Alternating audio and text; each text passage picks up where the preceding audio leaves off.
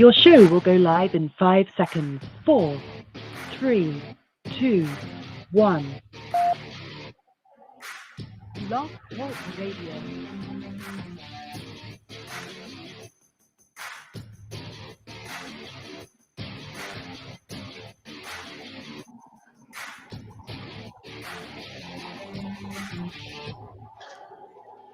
Ladies and gentlemen, hello.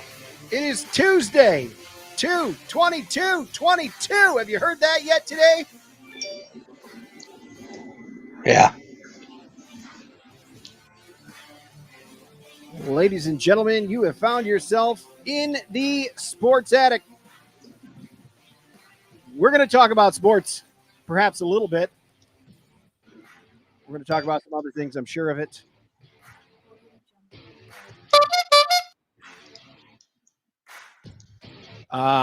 As always, go over and find us on Twitch at twitch.com/sportsaddict. Hit the follow button there. We are on YouTube, we're on Twitter, and we are on Facebook Live.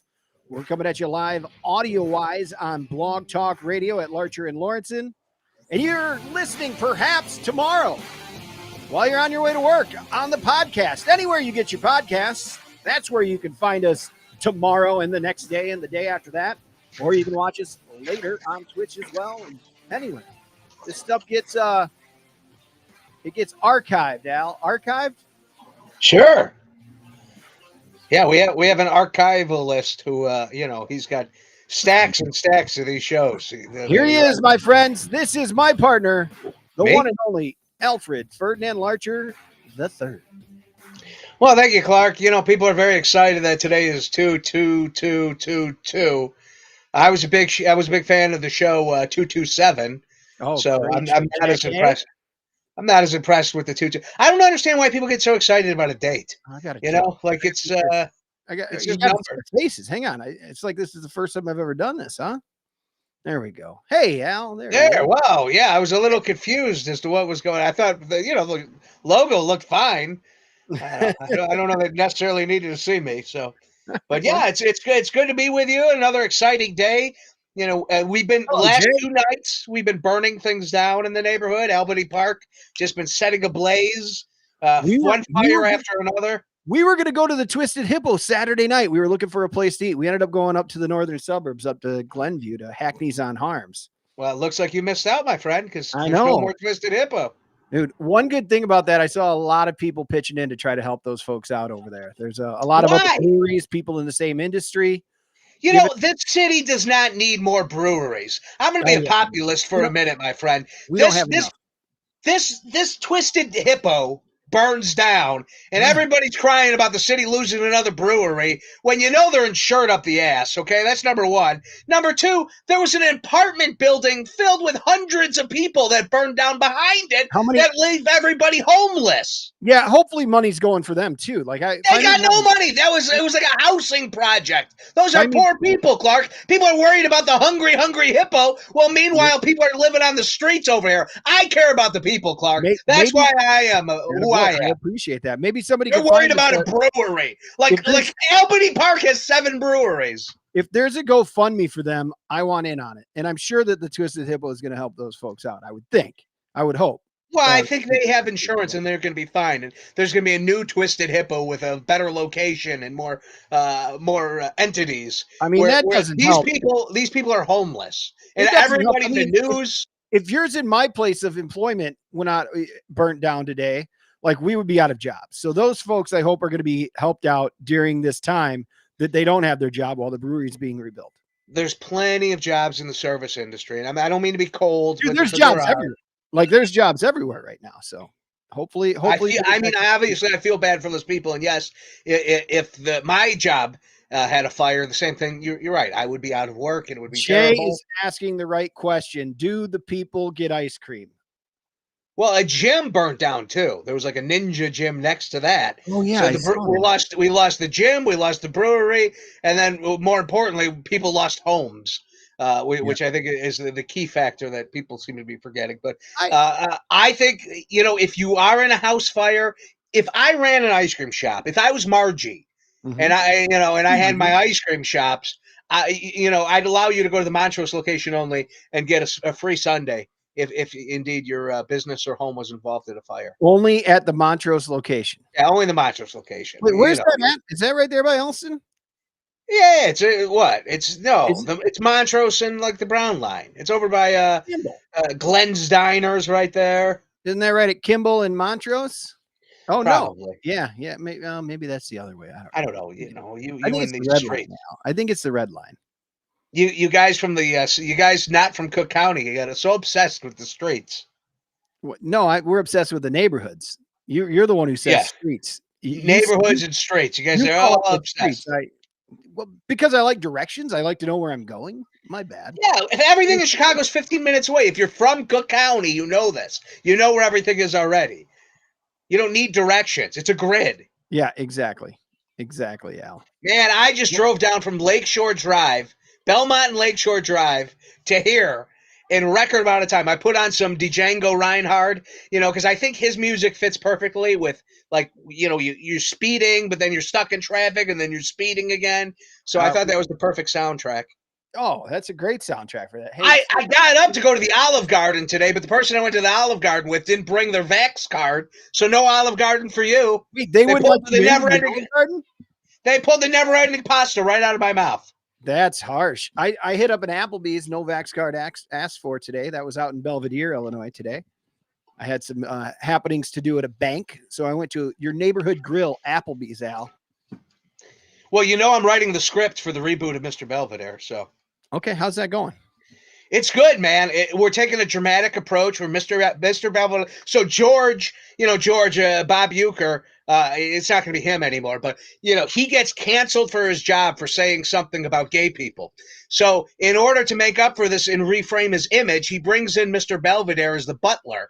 Well, it turns out his son Wesley is on the heroin, and his other son Owen is a cyber terrorist. And Mr. Belvedere fixes everybody's problems. Meanwhile, the wife, she's hitting the booze, and it's good. This Mr. Belvedere is good. It's going to be better than the original. We're not going to have Leon Redbone sing the intro, which is definitely a downer. Wait, that's who sang the original intro? Oh yeah, drop kick my jacket when I came to the door. No one cares, because life is more than mere survival, according to our new arrival.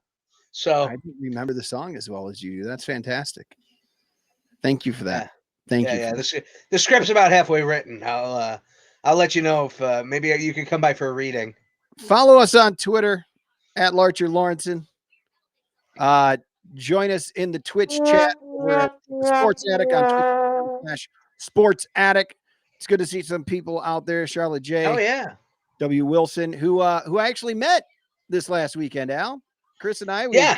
We had a beverage and a bowl and a cup of chili together over at No one called poor Al. Poor Al lives 2 minutes away. Now the phone was rang. Now I would have politely declined because I don't really leave the house, for social graces. So. That early. Hang on 1 second. What's that, sweetheart?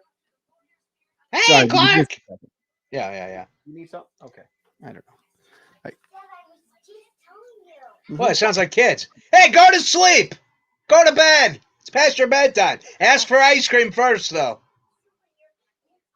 Oh, Wonder Woman is her favorite superhero, and it's on the iPad right now. Here's what's going on, guys. This is Hazel and I are hanging out at the house alone together because tonight Vera has her first night of dance class. So she's with her mom over at dance class, and they're scheduled to be home at 6:45. However, I just saw a text that they're running a little bit late. It's probably getting ice cream. They likely. We did pick up pizza just a bit ago earlier tonight. There's a fundraiser for the school PTO for Gray Elementary. If you go over to Easy Street Pizza right now and you order and you just tell them you're there for the Gray Elementary fundraiser. Clark. The number one rule in public broadcasting is never give your kids' names away or where they go to school. Like that, this is dangerous. What are they going to do? You should edit this shit out. All four people watching right now. Yeah, I know, but you're doing it now with 4 people. These 4 people we trust. But when you get onto a bigger stage, you got to be prepared not to say stupid stuff like that. Anyway, it was really nice to meet Chris. Next time, I will at least give you the courtesy call. It came together last minute. And I was kind of nervous to meet a guy that, I've been in contact with online for a while. When was the last time that you did that? Like, it's a little bit, you feel like you know the guy all but the you're not time. sure until you see him. Oh, every day? You do this every day? I mean, I live in a fantasy world, Clark. Of course, I meet people from fantasy wrestling, from fantasy football. Yeah. I meet people all the time when I leave the house once a year. Fair enough. Fair enough, man. Now, Chief O'Neill's had a couple nice beers over there, and they had just remade their chili that morning. And what was it? Was that Salisbury steak in it?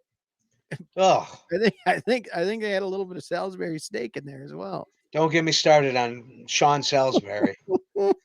Guy's a con man. It's just a real show. We've been through this many times on this show. Sirloin was in it, Al. Sirloin. But this guy Salisbury, okay, he invented the Salisbury steak. It was supposed to be a healthy alternative, but the whole thing's a con, man. Like, you want a steak, you want a steak. You don't get a hamburger patty. It is bullshit. Salisbury steak's hamburger, right? Like it's a hamburger. Yeah. This Salisbury was a con man. My sister today at lunch, she ordered they not a what do you have? What do they have? Yeah, she had a sirloin there, and they didn't make it to her specifications. They missed the boat. Well, thank you for inviting me to Chief O'Neill's. It's only like a mile from me. You're on the next invite list. Like I told you, I was a little concerned about meeting somebody I didn't know. You don't know if in real life he was conning me the whole time, and now he's going to shoot me, right? Like, I don't know what's going to happen. Maybe he stole your identity when you weren't looking. He did tell me to make sure I bring my bank account numbers with me, and that and to stop by the cash station on my way. I didn't. There you go. I wasn't suspect of anything. What the hell? I'll meet anybody. It was great to meet you, brother. It was absolutely awesome. Fantastic. Al, that reminds me. Now, you told me to remind you to ask about did a lady of the night try to dump windshield wiper fluid on you? Oh, yeah, true story. True story. So Saturday night, I finished working, and you've done it. You spend 7 hours of music blasting in your ear, and people going, when is my turn? When am I going? What time? When am I going? You start, you get a little anxious. So after work, I stop at the 7-Eleven to maybe get some crumb cake or a seltzer water. And there's somebody, there's like 5 spaces in front of, this is the 7-Eleven, the brand new one. On Western Avenue. Yeah, this is a true story. Okay. And there's a car parked sideways, taking up 3 of the 5 spaces. So I go ahead and I go, all right, well, cool. This isn't right. I want to say something to this person. Now, I know very well it could be a gangbanger. Like, I feel like, somebody's parking sideways at 4 a.m. They're probably dangerous, but I don't care. I want to confront this person. I'm in a very Larry David mood to just explain to them that their parking job was terrible. So out of 7-Eleven walks a guy who looks like Jimmy Buffett. He's like a 60-year-old white dude with a Hawaiian shirt on. I'm like, well, this is going to be easy. I'll just explain to this cocaine head, what's going on. So I go to explain. I'm like, hey, buddy, you're bad at parking. All of a sudden, behind him, a lady walks out of the 7-Eleven with her titties hanging out. No shirt, nothing. It's like Seriously? 35 degrees and just full on very ample breasts are just bouncing away, And she's a tall woman, probably about 6'3". She couldn't have been doing so well. She was fine. What would lead to that? I don't know. So, I mean, she had not a care in the world. I mean, her titties were just out, man. They were out. There was no like top. It wasn't like half pulled down. She had no shirt on, and the girls were on display. So, and I don't think biologically she was born a female, but she definitely was a female at this point. And those titties were brand new. So, I mean, I'm thinking maybe she was showing them off. I don't know what's going on. But now I'm explaining to her, I'm like, look, you're terrible. Because it turns out she was the driver. I'm like, look, you're terrible at parking. And, she gets up in my face. And like I said, she's about 6'3". So, right in my face are her ample jugs. There, And so she's like, "What did you say? What are you saying to me?" I go, "I'm saying you're a bad parker. You are terrible at parking." Well, meanwhile, I'm mesmerized at what's in front of me. So I'm just staring at what's in front of me. And then I finally get my senses, and I look, and there's a display of windshield wiper fluid there, and I see her grab a bottle. And I'm like, oh, she's going to hit me upside the head with this bottle of windshield wiper fluid. And I'm like, listen, I don't know why you think you need to get violent right now. I just want you to know you're terrible at parking. Like, this is inconsiderate. You're taking up 3 spaces. Then I see her start undoing the cap, and I'm like, oh, she's going to throw that in my face. So I'm like, you know what? Forget this. Go on your way. Drive away. But next time, consider how you park. And then I went inside and hid behind the door. I think you were correct in this. And also, maybe she was just looking to have a drink of it at that point. I don't know. You think she was looking to dump it on you, dump it on your car? Yes, she was getting very aggressive maybe with her emotions. It was slow and deliberate. She was going to dump it on your windshield and do you a favor. No. My car was like, this is right at the door. Okay. All right. So. Yeah. Oh, wow. That's it. That's crazy. Yeah. So I almost got blinded by a large-breasted, I believe she was a street performer of some kind. Okay. I think she was in the sex worker industry. I don't know for sure. He seemed like he might have been a John. Okay. Oh, wow. Was not very happy with your criticism. How bad of a parker she was. 3 spaces. From what I understand, you never once mentioned the fact that she wasn't wearing clothes on the top and was just showing her breasts. You didn't mention that. No. Oh, nice. Yeah, I don't know what like. I like that too. Yeah, I do. Oh my goodness. A street performer is better than a street walker, Al. Well, they are, unless well, 90% of the time I would take a street walker over a street performer. What is so special about the guy with the one-wheeled bicycle? Have you seen this guy? I mean, he rides around. He's got a bicycle. It's just one wheel, and he occasionally does, spins around in it. Like, who cares? You got a special bicycle. I believe the term is a unicycle. It's not really a unicycle. It's why there's not only one wheel. The bicycle is the wheel. He's inside the wheel. It's like a one wheel. Yeah, I've seen that. Yeah. It's like you're not really that special. I mean, you're not in frickin' Ringling Brothers. You're a guy who bought a specialized bicycle. That allows you to do spinnies upside down. Like, good for you. Have fun. I don't need to see it and tip you. All I would have to do is buy that bicycle, and then I think so. I'm good to go. All right. It might take a little bit of practice, but you'll get it. You'll be making tips in no time. You put your Venmo on your helmet. So slightly specialized is what you're saying. What you missed at the beginning of your story there, and I was trying to get back to your story. I'm sorry, I was a little loud here. I tried to mute myself and everything, but the youngest came home from the dance class and wanted to tell me about it. So I was listening for a second. Apparently it went well, but Lauren came down and everybody's out the door now. So here we go. What is she tap dancing? Is she going to Arthur Murray? I think they're doing both tap and ballet. They're doing both tap and ballet. The last I heard from this class, the neighbors in it, they were dancing to Encanto, which, Al, I don't know if you know it, but the #1 song on the Billboard charts for at least the last 3 weeks, I haven't seen if it's been 4 now, is We Don't Talk About Bruno from Encanto. Yeah. Manuel Miranda's fella. He's everything he does turns to gold. Like, he did the Hamilton. He did Moana with The Rock. He did, and now this, and I didn't know it was him, but you start watching, and you're like, well, that sounds just like the Hamilton songs. That sounds a lot like Moana songs. Boom. The kids just love it. Absolutely love it. I hear that shit all the time here. Yeah. Man. Are you getting those song requests yet at your place of work? No, I don't deal with those. With Bruno. Wait, no more Disney? I'll do Disney. I just don't like the Bruno. Well, not yet. I'm not doing it. I'm putting a boycott on Bruno. My foot is down. That was me talking about not talking about infamous of me not talking about Bruno. That was me. Yeah, you sure like to talk about Bruno for a song that says don't talk about Bruno. Dude, we talk about him all the damn time. The Family Madrigal, Why don't you just tell the kids this is a real easy one? We don't talk about Bruno and move on. Yeah, try that. I did. Yeah, Yeah, I will. I'll shove the kid an ice cream cone in his face. By the way, I bought the positivity jar, and the The damn update thing on the shows up. positivity jar. The damn thing shows up broken. I got a glass jar. The thing is completely shattered.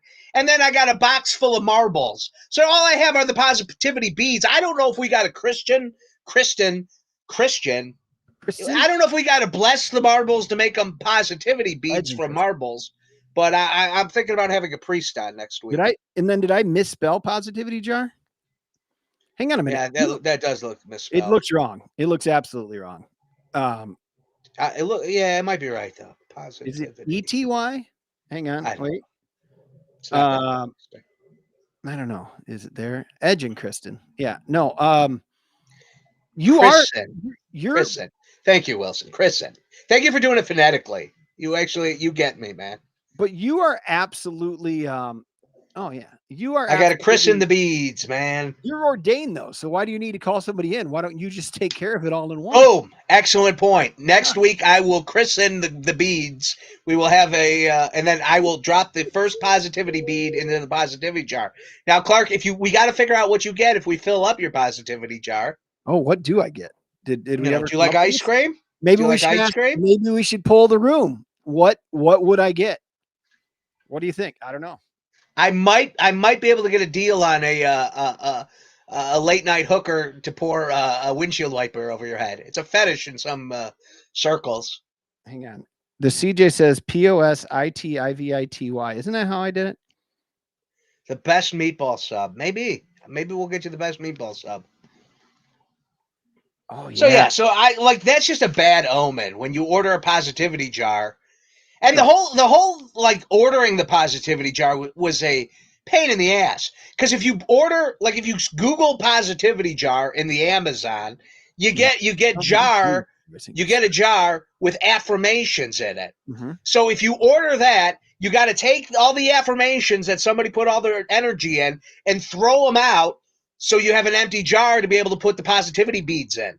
Now, that seems very negative to go through that whole process of throwing out the affirmations. That doesn't seem positive. So I don't think that's fair. Plus, being a cheap bastard, you're paying a premium for the affirmations of positivity that you're just throwing out. So the whole thing is negative, and it's just a dilemma. So I ordered a regular jar that I was going to christen a positivity jar, but the damn thing came broke, which just really is a bad sign altogether. Now, are you the type of fellow that you're going to go into your order on the Amazon and go there and say, hey, this was broken, click that, so they give you your money back, and then you can order another one? Yeah, I got to do that. And you can report it that it showed up broken and shit. Sometimes they ask you to bring it over to Kohl's. They got an Amazon stand over there, and you give it to them, and they take it back. Have you heard of this? No, I'm not kicking the camera. That's just like my Santa Claus belly. A ripe, jolly old soul. Oh man, too much positivity in there. The CJ. You see, that's a gram of something very nice and sweet would be a good once you. Well, I got my positivity. I got my high jars. Yeah, I got my little positivity jars. Those are different. Those are full of goodness. Yeah. If it involves me having to physically leave my house to get a refund on this jar, I'm not going to do it. But now I am. What if you do it while you're already leaving the house? Like you're on your way to work. You're like, oh, I'll run by Kohl's first. No big deal. I don't work like that. No, I'm going to the Jewel. I'll run by Kohl's first. No, I leave the house at 2:30 in the morning after work, right?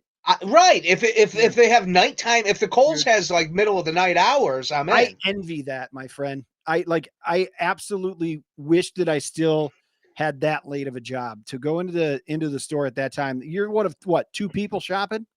Well, it's disappearing. It's gone. Number one. So on Saturday night, when I almost had the windshield wiper blind me for life, that was the second of 3 7-Elevens I stopped at, because 7-Eleven now on Saturday night, right around the time the bars close, are closing.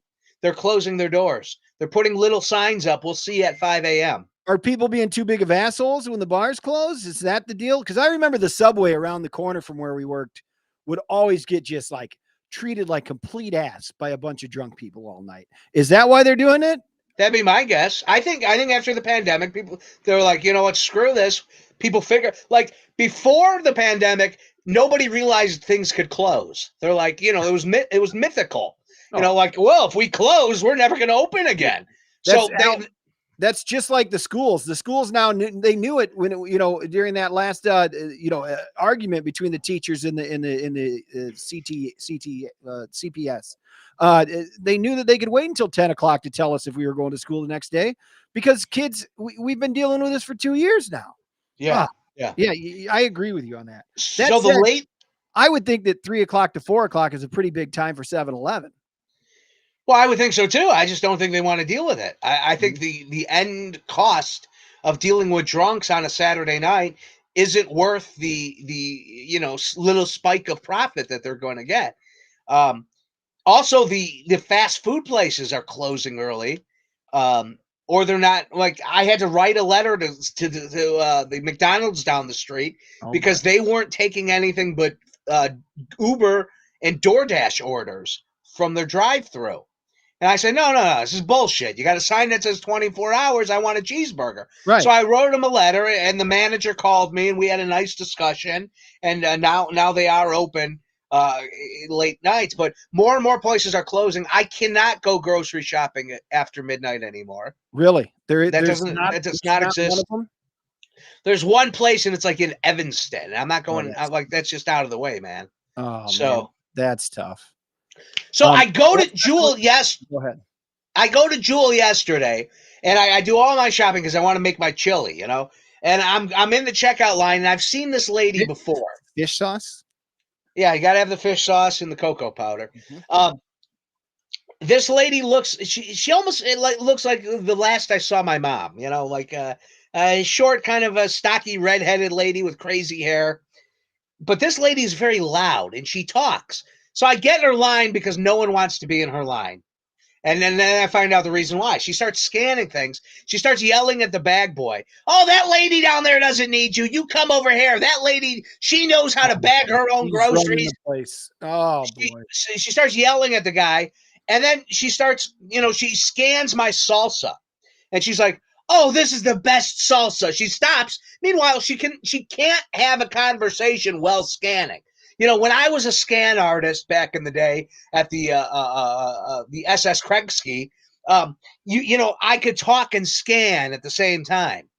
And so, but she has to scan. She scans the salsa. She stops. She starts giving me her life story about how she's been broke and she hasn't been able to buy all the groceries she normally gets. And she has a small refrigerator, but it's okay because she's the only one in the apartment besides her, so she doesn't need to buy as much stuff.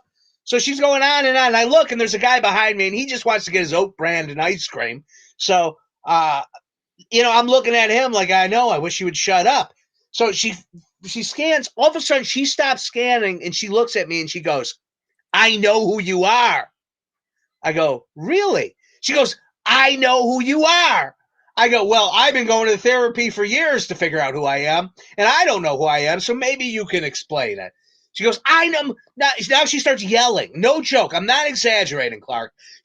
I'm not trying to be dramatic for a story. She goes, motherfucker, I know who you are. Motherfucker, I know who you are. MFer, I know who you are. And I'm like, okay, okay, who am I? Now, mind you, I'm looking. I only have like 5 more things to ring out. So right. I'm just like, please, just ring out these 5 things so I can just move on with my life. Maybe, and I'm thinking, well, maybe she knows us from when we did the Bears pregame show. Maybe she knows of my radio past. Sure. Maybe she's a fan of fantasy wrestling, and she knows I'm advancing in the tournament. Maybe she comes into your place of work. Maybe she saw you in the 7-Eleven parking lot. Maybe. So there's all these questions. These are all going through my head. Well, she continues to yell, MFer, I know who you are. So I'm like, all right, well, who am I? She goes, you used to work at the cemetery. Holy shit. I go, yes, I did work at the cemetery. Holy She's like, shit. I was the lady who ran the church, the crazy Greek lady at the church. I'm like, oh, okay, yeah, I remember you. Oh my Lord. Are you serious? I was Yeah, not expecting that. and then she went on and on about it, and she's like, anytime you want to go through my line, even if it's packed, you come through my line. And I'm thinking, I got to find a new jewel. I do. I got to Yeah. go to a new jewel now. I kind of missed that part. Like she was the one working the line who was yelling for Yes, bag she's a checkout artist. artist.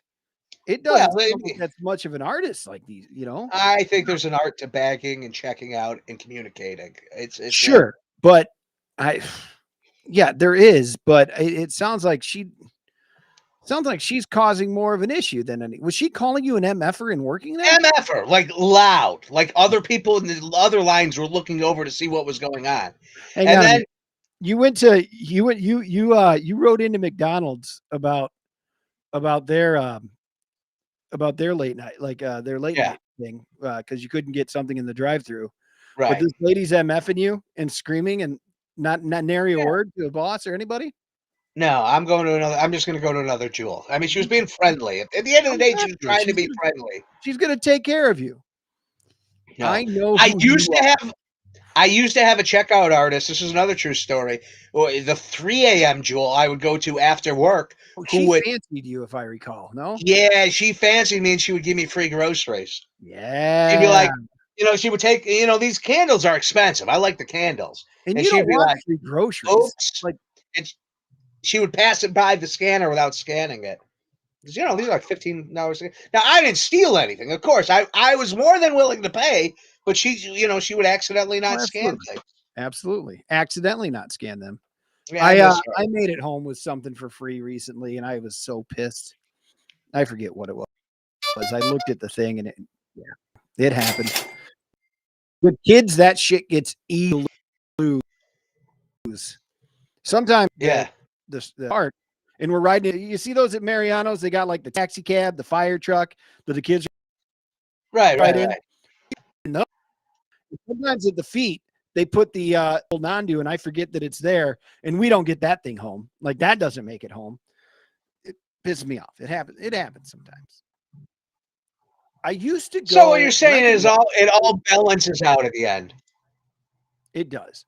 When I used to go to the grocery, when I could walk to the Jewel, I'd go there sometimes with HC in the system, right?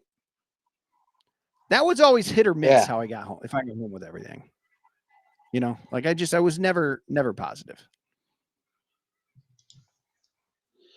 Well, Never. can we talk about you and Wordle? Oh yeah, we can. Yeah, I fought this for a long time. I wasn't going to post. What are you doing? What are you doing? I was annoyed by people posting. I'm annoyed by people Wordles.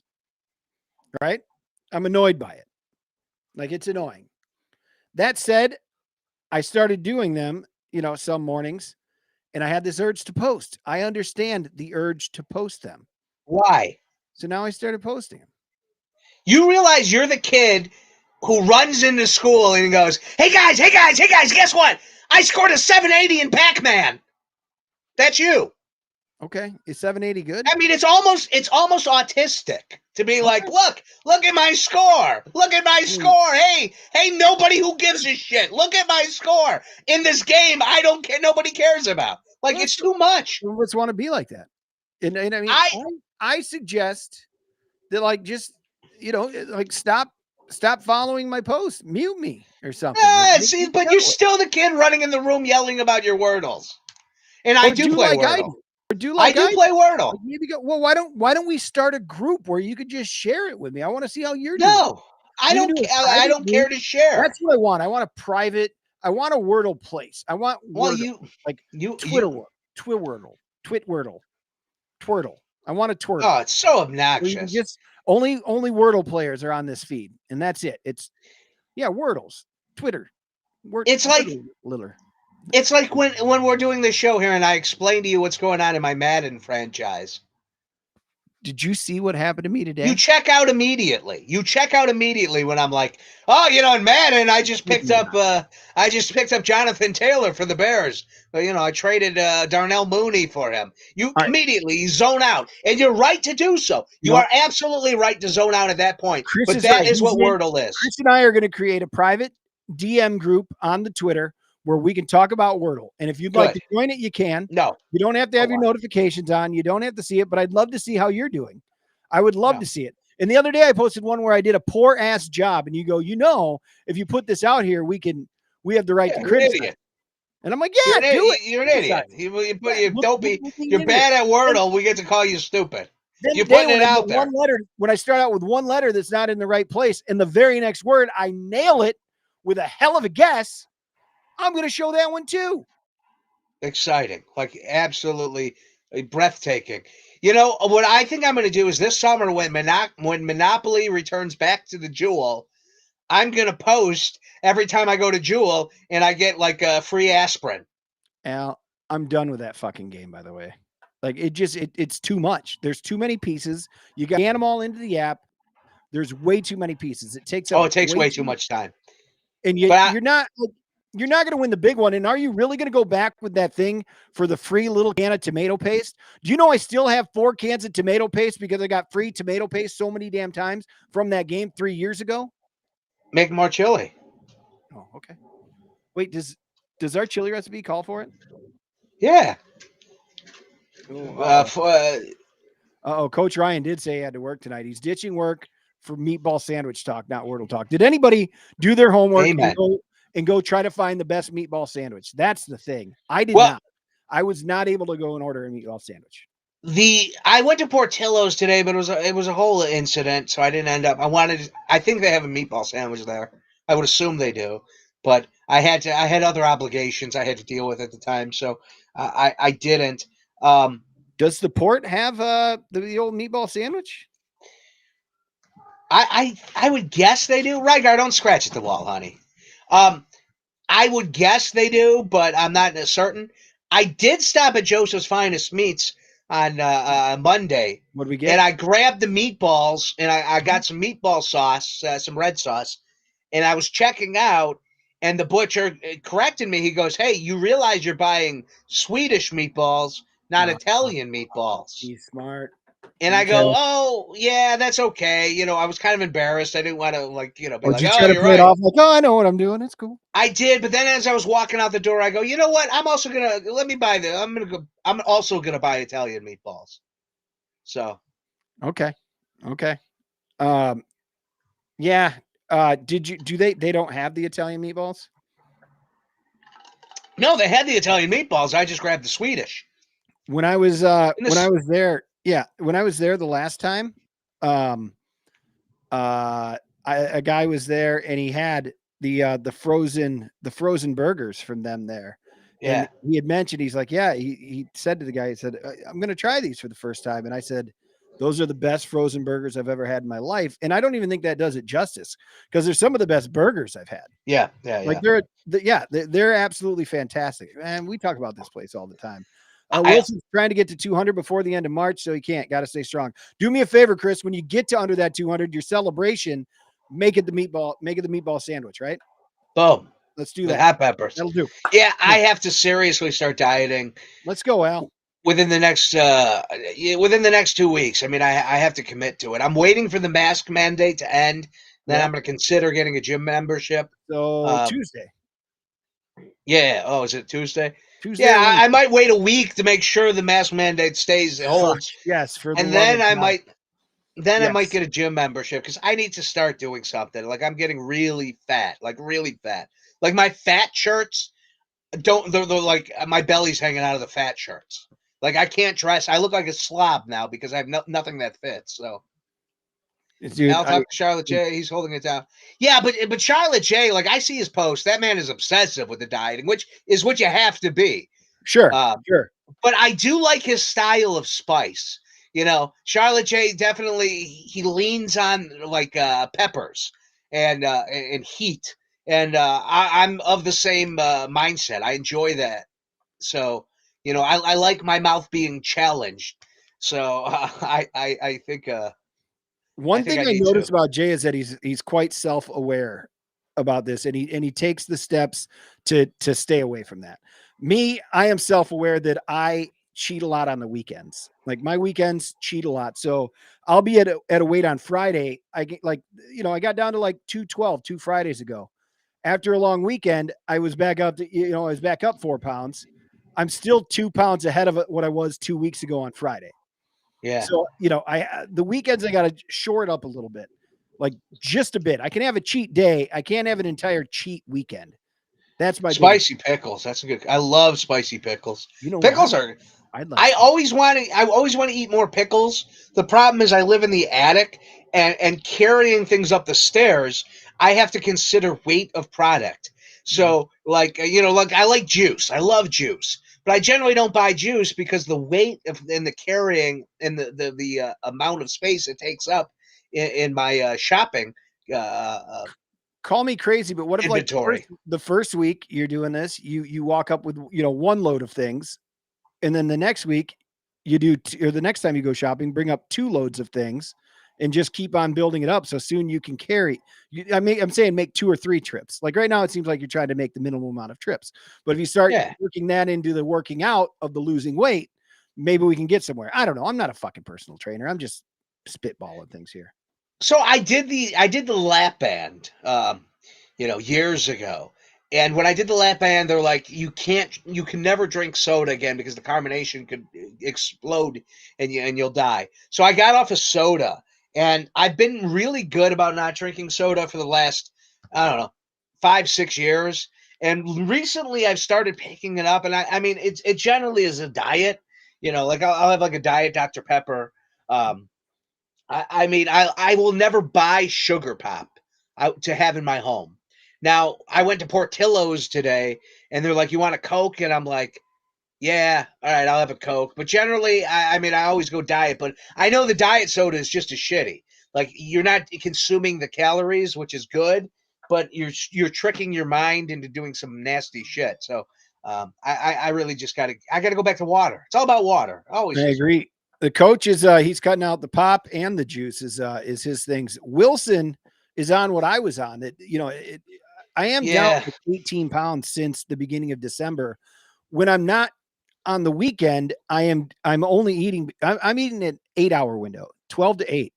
That's what my doctor had suggested, and so far it's working. And also the new medication I'm on is a bit of an appetite suppressant, so that helps. However, at 10 o'clock at night, when I've had a couple drinks in me, maybe a little, and there's snacks around, I start hitting that a little bit. So that's the issue where I get into trouble. Yeah. We'll see. Yeah, I was doing good, and then like the pandemic hit, and then things got bad, and then I started grocery shopping again, and buying things, only having things in the house that are healthy. But man, I crave fruit when I don't have fruit. Like right now, because I just went shopping, my refrigerator's full of fruit and vegetables, and I won't touch it. I'll eat anything but the fruit and vegetables. So it's just like I tried getting into salads, and it was better than it used to be because the salad, like my problem is I can't eat gross salad. Like if salad gets wilted, I'm out. But I found like a decent brand where the salad would hold for a week, the lettuce would hold for a week. But I don't know. I just I stopped eating salads. Yeah. No, I get it, man. The salads I have trouble eating because my teeth aren't all that great. So that's why. Oh, Yeah, what remind me, happened to those? remind me to tell you Friday morning.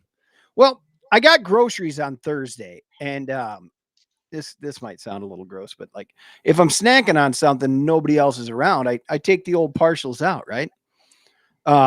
Because it's a little easier to eat if you got to put in the denture glue. I feel like I'm in my 60s already, but yeah. So I had a bag like was on top of it, and I pulled the bag off, and the teeth, they seem fine, wearing them. Every night I put them into a solution and everything, and put them back in. Well, I'm heading to work about 10 to 9 in the morning, and I just do one of these things, a quick little chat of the Yeah. teeth. The fucking teeth fell right off the whole thing. Just went over to the dentist. And he said, yeah, I can probably fix these. You're going to have to come pick them up tomorrow. So I had to go to work like that. The good thing is anybody that I see at work, I'm wearing a mask, right? Yeah. So there may be instances where I'm wearing a mask still in a week. And you'll know. Yeah. And you'll know. But I went to happy hour that night with the neighbors and everything. Yeah, I said the hell with it. And yeah, so I was without the old front 2 teeth for a little bit there. That I am in line to I got an appointment coming up. I might get implants, Al. Wow, good for you. Yeah, we'll see. Yeah. Not everybody qualifies. I don't know what it takes to qualify for such. So money. It takes money. If you have money, you'll qualify. If your credit check, it passes, you will qualify. I think it also has to do with the framework of the jaw. Like you have to have enough jaw left, and you got so much jaw. I mean, you're all jaw. Yeah, you're a big jaw guy, so I think you'll be fine. I think it just depends on. So I think of it like a cement wall that I have over here. You got to put the little thing inside of it first. I think that's what they have to do into your teeth, into your jawbone, right? And then the screw goes into that. That's what's happening. Coach Ryan says a buddy of his got the implants. He's happy with it. I'm just going to be happy with it because I don't have to deal with these teeth coming in and out, all that. Oh, it's annoying as shit. It's really rough. I blame that kid who knocked them out in 5th grade basketball practice. So that's my tooth story, buddy. That's my tooth story. Hey, do you want to talk about sports? Well, sure. I mean, there's a lot going on. Thankfully, and please, Clark, give me an update. Is baseball? Are my hopes? Are my prayers? Are my desires gonna come to fruition? Is baseball gonna be canceled? Please tell me yes. I don't think it can survive that. I don't think that'll happen. Oh, I really don't think so. What I think is more likely, like, of course, the regular season or the spring training isn't going to start on time, but I wonder if by the time I'm there on March 22nd, if there won't be some spring training. That's my guess. I'm going to tweet Major League Baseball right now and just try to start shit.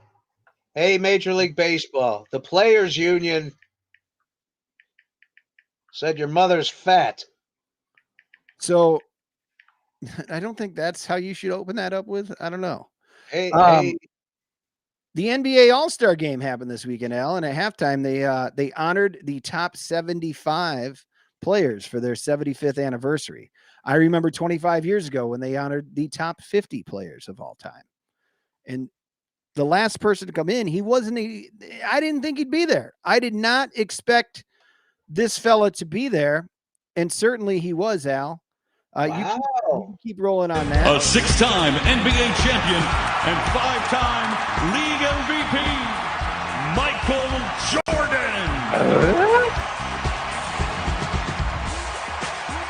One of the loudest ovations there is what that was, buddy. Imagine that. He got one of the loudest ovations in Cleveland, the house of LeBron.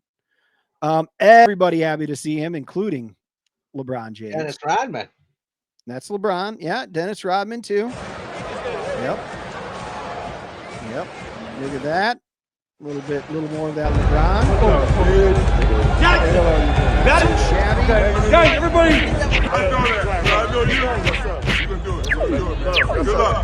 Everybody. And one thing that I noticed. We're broadcasting live from That was him with Luka right there, right? If you notice, Michael's a little bit touchy-feely in there, right? A lot of hugging going on.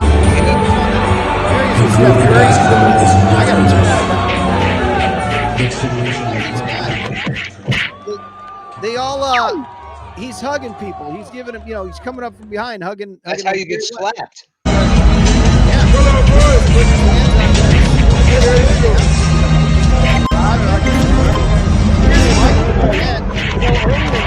he was down at the Daytona 500 for his 23XI 2311 team that he owns. He's currently got Kurt Busch racing in the 45 car and Bubba Wallace racing in the 23 car. Notice that he's got 45 and 23. He had been there for that. And my guess is that maybe he had a beverage or two while he was down there. Really? And was just feeling a little bit more touchy there. That was my thought there. Well, if you get too touchy in basketball, you get slapped. Bubba Wallace he ended up taking second place. He damn near won. It was like less than a second.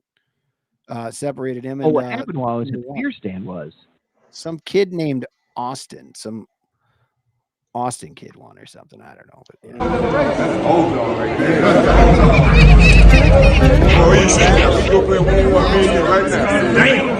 I'd like to thank Bleacher Nation Bulls for sharing. A wonderful NBA All-Star game. Here he is hugging Jerry West. He comes up from behind with the hug. More proof that maybe he had a little more. Maybe he was just slightly lubricated. That was my thought. I don't know. It was good. The All-Star weekend was what it was. Clark, if I was the greatest basketball player of all time, I would never be sober again. Fair. So, I mean, good for him. Absolutely. I agree with you completely, my friend. Our one degenerate friend Scott won some DraftKings. He won. He took first place in a NASCAR tournament. He won $500 off of that. And that was in the daily fantasy, wasn't it? Yeah, and some DFS. I've been looking at some golf numbers.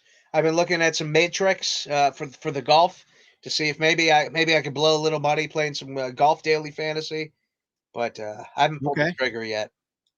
No, I want to do basketball, and I want to approach basketball from a pure game theory, fantasy game theory aspect, where like I'm worried about it and just focused on how the numbers work to be profitable, and not concern myself with the actual game of basketball and see if that's possible. Because I know there are DFS players who do that.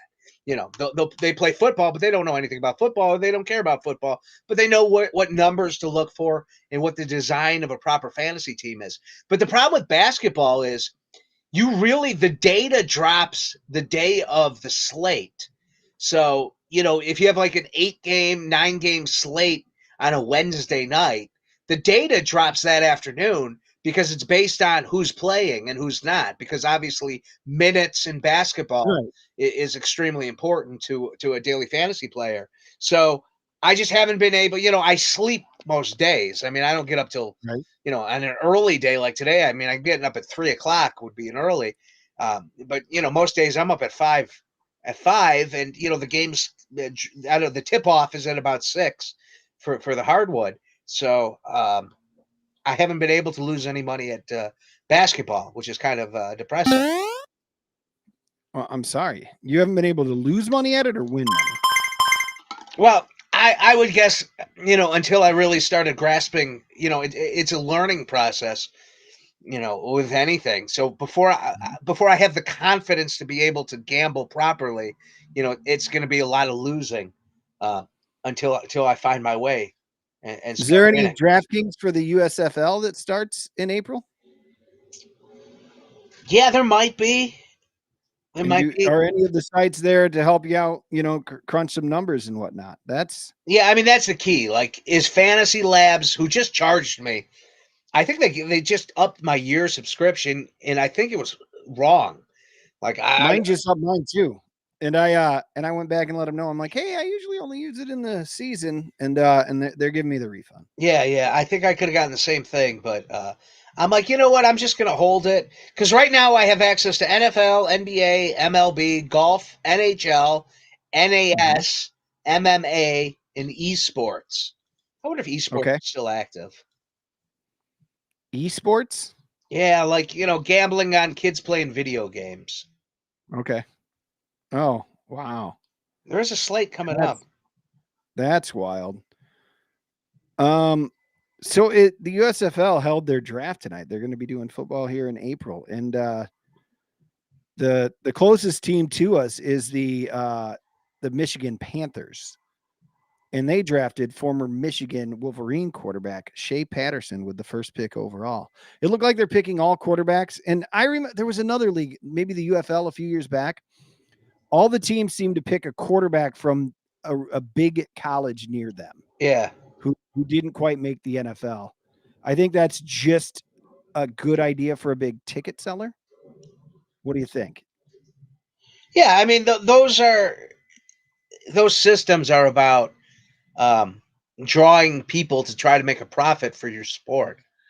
It's like the NFL. It's about winning the game because the game is, the money is already in the game. Like in the NFL, you don't have to worry about selling your tickets because you have TV rights that really is where all the money is made. So, but like a localized sport, where you're not going to sell out stadiums, you have to find ways.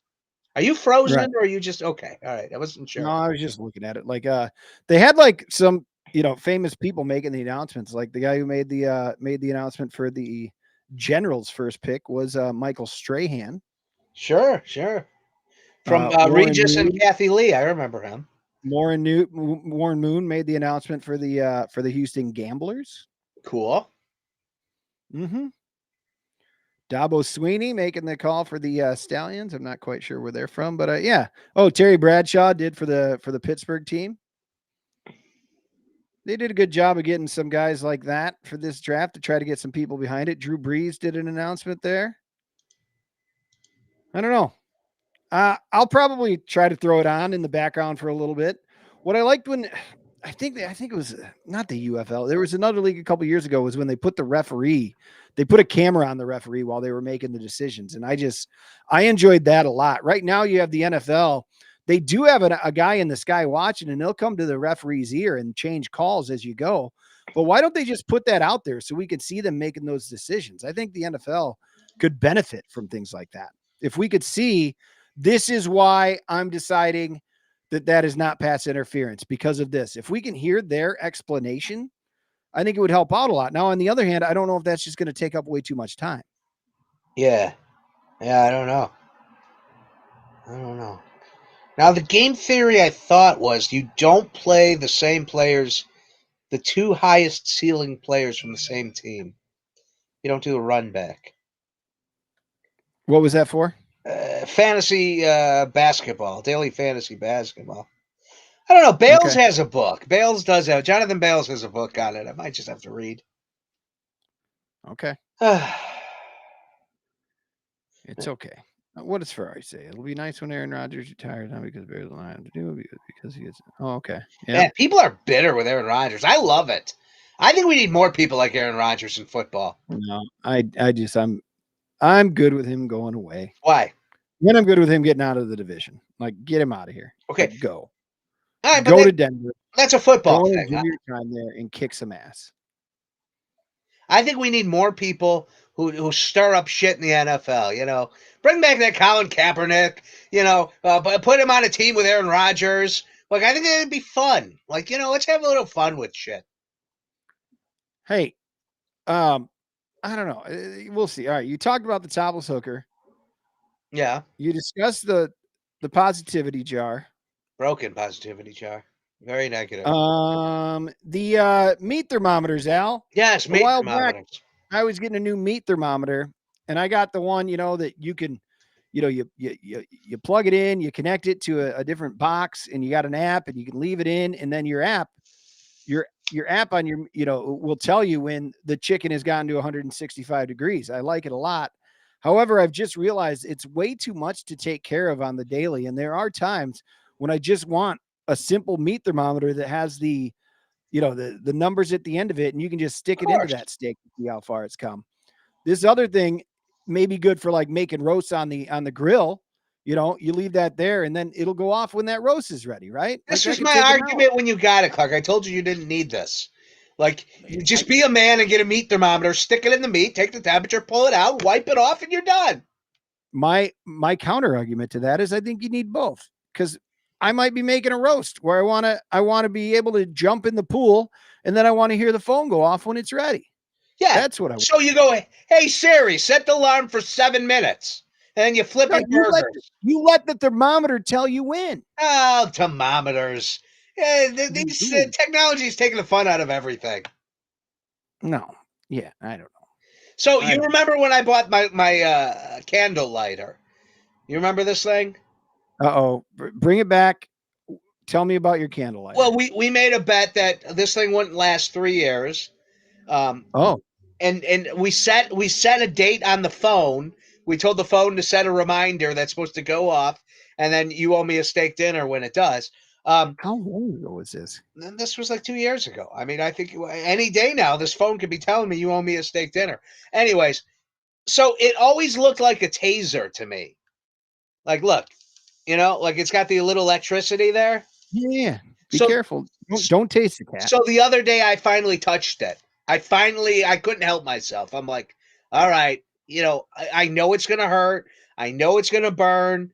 Let me just see what it's like. It stung, man. My whole arm went numb with like electricity. So it is a taser. I think they're selling kettle prods on the Amazon disguised as candle lighters. Well, maybe they are. I don't know. But it does light the Maybe. candle really well. Okay. Do you think it's been 2 years since we discussed that? I do, yeah. That phone is going to tell me that I owe you a steak. It was right around. It was right around when you were defending Jesse Smollett. That's so. However long that was. I mean, it was definitely pre-pandemic.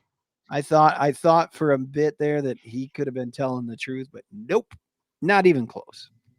Not even close. Let's go to the Gale Street Inn sometime, Al. Yeah, last time I went there, it was shut in. Like you could, like it was past the pandemic. Where they started letting people back into restaurants. They're like, nope, carry out only. And I'm like, all right, well, I'm going to carry my ass out of here and go somewhere else. Damn. No, yeah, some of them were taking a few extra precautions.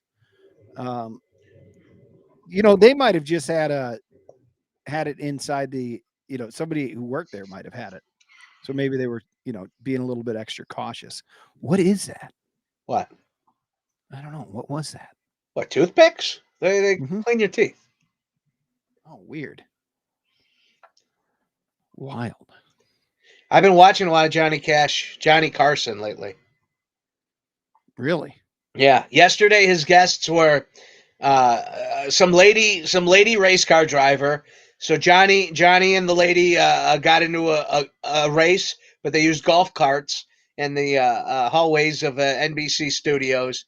And then his next guest was a young up-and-coming comedian by the name of Jerry Seinfeld. And he let Jerry sit down and talk to him. And then after he got the invite to the couch. He got the invite to the couch. He got one quick segment after that, and then they brought out this new talk show host by the name of Oprah Winfrey. Oh wow! See, there may not be people who remember that the invite to the couch on the Carson show was a huge deal. Yeah, he was an asshole. Like if you Google Johnny Carson, you'll realize like he was a prick. Like, I love Johnny Carson, and in my mind, he's like this old grandpa type and could do no wrong. So I love Johnny Carson, and I have an emotional attachment to him. But if you, read up on Johnny Carson was not a good dude. Right. Yeah. Was he just an asshole to people on the show, comedians, everybody? Oh, everybody. I mean, ex-wives, his co-workers, guests he didn't like. He was a very Johnny had some problems. Johnny was like a lot of comedians. He was a pretty dark person. So sure. And then he liked the booze. He liked the women and he liked the booze. And just listen. I love Johnny Carson. Me too. It sounds like you enjoyed the show. What'd you? Man, Oprah must have looked pretty young. Yeah, man. It was young Oprah, a Chicago talk show host. Well, she was syndicated at this point. She was bragging about like 100 plus stations. Jerry wasn't very funny. Seinfeld, I think he kind of tanked, to be honest. I didn't think it was very good appearance. And really? But he still got the invite. Still got the invite. He must have impressed him backstage or something. He was funnier. He was funnier on the couch with Carson than he was in his stand-up. Like he was doing some bit about trick or treating, It must have been around, Halloween. Yeah. And then Rob Lowe got bumped because Don Rickles went long talking about vacation stories. He So went at to the end, Asia. does he have to go? He went. Sorry to Rob Lowe. Yeah. He went to Asia. Don Rickles went to Asia with his wife, and I can't repeat any of the jokes because I would get canceled. Sure. So, but Okay. Don Rickles just got back from Asia, so he was telling about his adventure going on vacation to Asia. So Rob Lowe got canceled. Johnny's like, well, maybe he can come back next week, or maybe 2 weeks from now. We'll try to get Rob Lowe back. But yeah, I miss that. We should invite guests on and just not get to them. I'm in favor of this. I like in the olden days when I used to love Tom Snyder. I used to stay up and watch the Tom Snyder show, and I would love when he would go along and he would bump guests. Except the one time he bumped Waylon Jennings. He didn't bump Waylon Jennings. He went long with Roger Ebert, and Waylon Jennings got pissed off and just left. No kidding. Yeah, and then it's time for him. So they come back. They come back from break, and Tom Snyder does the intro. He's like, "Well, ladies and gentlemen, our next guest here is a prolific country and western musician who's revolutionized the country music industry with such songs as Amanda, Cowboys, Mama Don't Let Your Babies Grow Up to Be Cowboys. He's done a lot of work with Willie Nelson, and he's got a brand new album out coming out this week. Ladies and gentlemen, Mr. Waylon Jennings," which I would be saying, but unfortunately, Waylon Jennings has left the building. He's on an elevator right now, and he refuses to come back. So I don't know what we're going to do. We're just going to take calls. Yeah. That's amazing. Yeah. All right. Sign me up. I'm in. That's wild. Didn't love the Seinfeld show. Maybe it was before my time. It's on Netflix right now, and I'm rewatching it, and I'm like 6 seasons in, and it's fantastic. It is fantastic. You are enjoying it? I've seen Seinfeld in stand-up. Didn't think he was that great. Love the show so much. Not great stand-up. Agree 100%, Coach Ryan. I don't think Jerry is a good stand-up comedian. I think he was a better comedic actor on a television show that really Larry David was the brains behind. Patrick and I have had this conversation. He's come to that conclusion as well, I believe. Yeah. From what I Seinfeld on talk shows needs it to be very prepared. The questions very prepared. He's asked, I believe he's the one. And if the host goes off a little bit on it, Seinfeld's a little bit thrown. I wouldn't say that. I didn't get that impression from. Well, I mean, maybe back in the day he didn't have such demands. Yeah. But then once he became who he was, I don't know. Maybe that changed. Snyder was the one who hosted the later show after Carson on NBC before Letterman got a gig, right? Yeah, like when Letterman got late night, didn't Snyder have a show after him? Carson hated Tom Snyder. He thought he was boring. He didn't think he was very entertaining. But Letterman loved Tom Snyder. So in Letterman's final contract with CBS, the Late Late Show was taken over by Tom Snyder. And Tom Snyder he did more of an interview style show. It wasn't as focused on comedy while still being funny, but it was more like, hey, I'm going to sit down with this guest. We're going to take some phone calls. It was more like what a podcast is today. So. And we're going to have a good, just a good conversation. Yeah. Oh, like a podcast. I like that. There's a great, there's a really interesting debate. If you Google, give Curb a try. If you Google Tom Snyder and Howard Stern was appearing on Cosell's show. You remember this Cosell guy? Did he have a talk show? I think it was Cosell. It was one of those guys, though. It was a sports Henry guy. Winkler interviews Tom Snyder. No. Howard Stern, Tom Snyder. But anyways, later with Bob. Was he on later with Bob Costas? Yes, that's what it was. Bob Costas was out, so Tom Snyder was filling in for Bob Costas, and Howard Stern is on, and Howard Stern calls out Tom Snyder on the show like, hey, this interview is really uncomfortable because I could tell you don't like me. Why don't you like me, Oh, Tom? wow. And Tom's like, well, you know what, Howard? You've said it.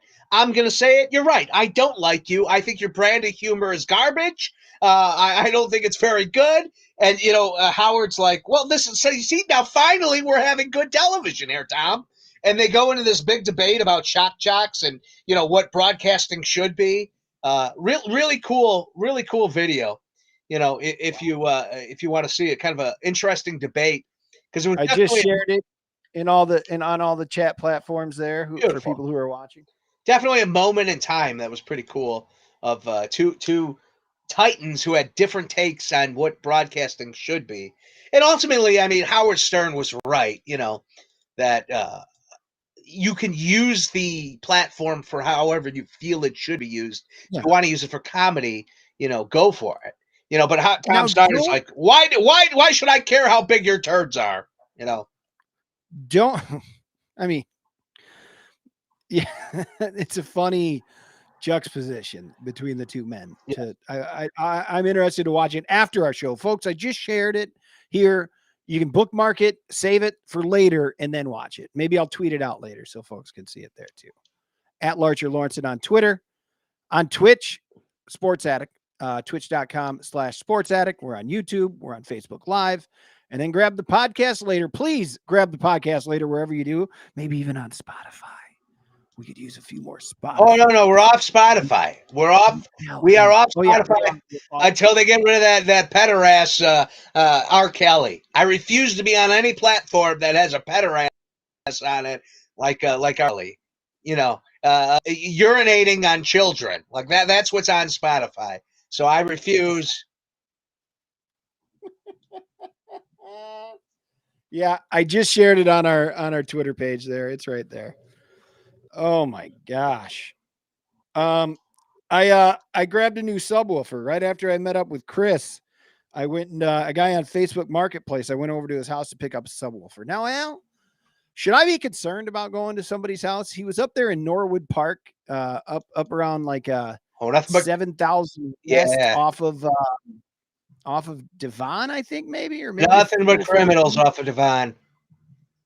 Uh-oh. All criminals. I don't know. All criminals. Devon is all criminals. It's like Cicero. Yeah. Anyway, he couldn't, I wanted to get it before the Super Bowl, but he flew out of town. So he was back into town Thursday night. And I went over there Saturday afternoon. He asked for $110 for this subwoofer, Polk Audio. I'm replacing, I think it's about a 14-inch subwoofer that I got that's broken. It's a big box. It hasn't worked for a long time. It had a buzz to it that Lauren never liked. She's never been big on the surround sound thing either. And I got the old 5.2. I don't got the sound bar, like all the kids have these days. So he asked $100 for this 8-inch. He played it for me. It worked fine. I mean, he wanted to make $100, right? Yeah. I wanted to end the conversation there. So I was thinking about offering him 90, but I offered him $100 right there, right? Quite the negotiator. Yep. Yeah. No, Coach Ryan, there's a lot of cops up. And all cops are criminals. I heard all cops are bastards. That's what the liberals tell me. No, I mean some are. That's for sure. But not. Yeah. Anyway, no, I think this guy was a supporter, but $100 for that subwoofer. I gave it to him. He said, "Yeah, that's a solid deal, right?" Like if I'm selling, he waited 30 minutes for you. Oh yeah, Wilson's right. It took a little longer to finish the beer over at Chief O'Neill's. Well, time is money, my friend. You should have paid full price. I asked him. I go, should I pay him full price? Yeah, should I pay him full price? If you show up late to my negotiations, you're paying full price. Yeah. No, it worked out. I got it, $100. He said sure.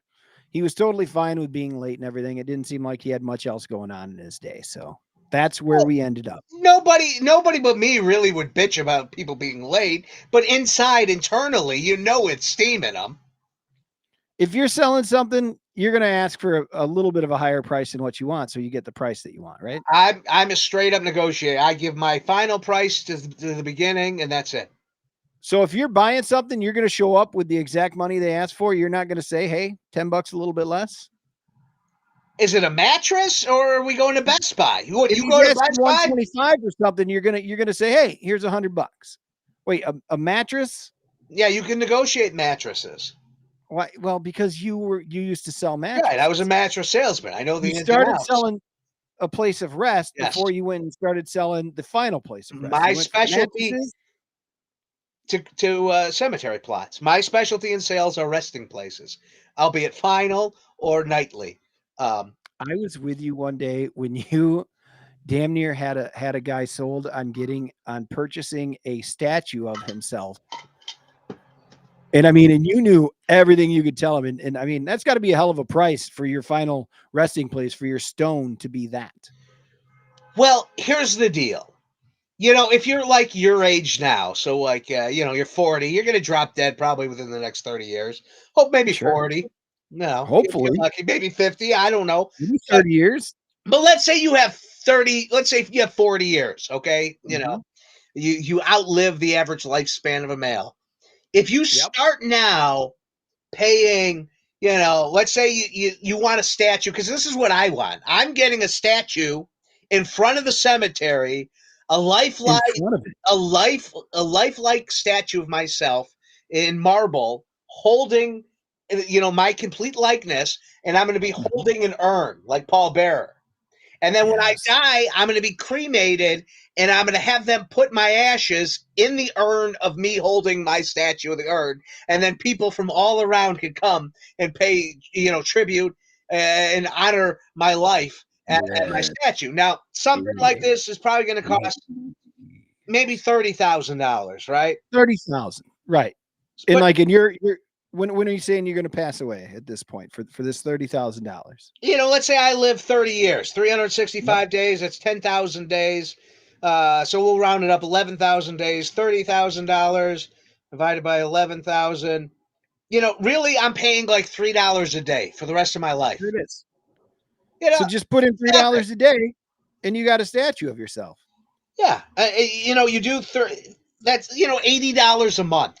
So I could cancel like two wrestling subscription services. I could get rid of my pro wrestling tees, order T-shirt order that Your pops in crate shirts box. every year, and instead I could have a statue forever, a lifelike statue, a beautiful statue that hopefully nobody tears down and desecrates, of me holding my own urn. How beautiful is that? Oh my goodness. Al, I know you're no longer in that business, but can you get somebody who can hook us up with if I spend $1 a day Yeah. on this, I could probably get something fairly nice for myself if I make it another 30 years. Well, you got to think. It's you, right? Your wife. You have 2 children. Hopefully they'll get married, right? And they'll have kids. Don't you want the Lawrences all to be in one beautiful plot of land together? Can we all have statues of ourselves? Well, Like right there? maybe you just have a statue of a giant L. Hashtag. A statue What's your of little an hashtag? Like low life, Lowrenson. You have like a low thing going. It's Hazel Marie Lowe. That's her. Yeah, you could get a statue that's Hazel Marie Lowe. Hashtag Hazel Marie Lowe. Can I put her hashtag on it? Are people Yeah. putting hashtags on their stones these days? Listen, if I will need to talk to you soon because I will be getting a stone this year. We're finally, we've got a dad sitting in a nice thing over at my sister's house, but we're gonna buy the plot next to his parents and stuff, and see, and put a stone up there. if you would have bought this plot, 15, 20 years ago, you wouldn't be worried about it. The burden is now on you. Your father, great man, wonderful high school basketball player, but he laid this burden upon you, the living.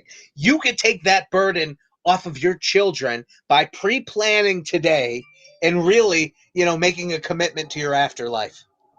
in all honesty, it's not that big of a burden. He did make sure there was going to be enough money around for said thing, and there is. Okay, Like, well, you he know. provided the money for this. It's not going to be a $30,000 statue of himself, although his would be like him shooting a basketball hoop or something. But what probably would have cost him $800, 15 years ago, is now in the $3,000 range. So not only, That's the thing. What if he would have paid for it 15 years ago, $800? yeah, And now we had it made.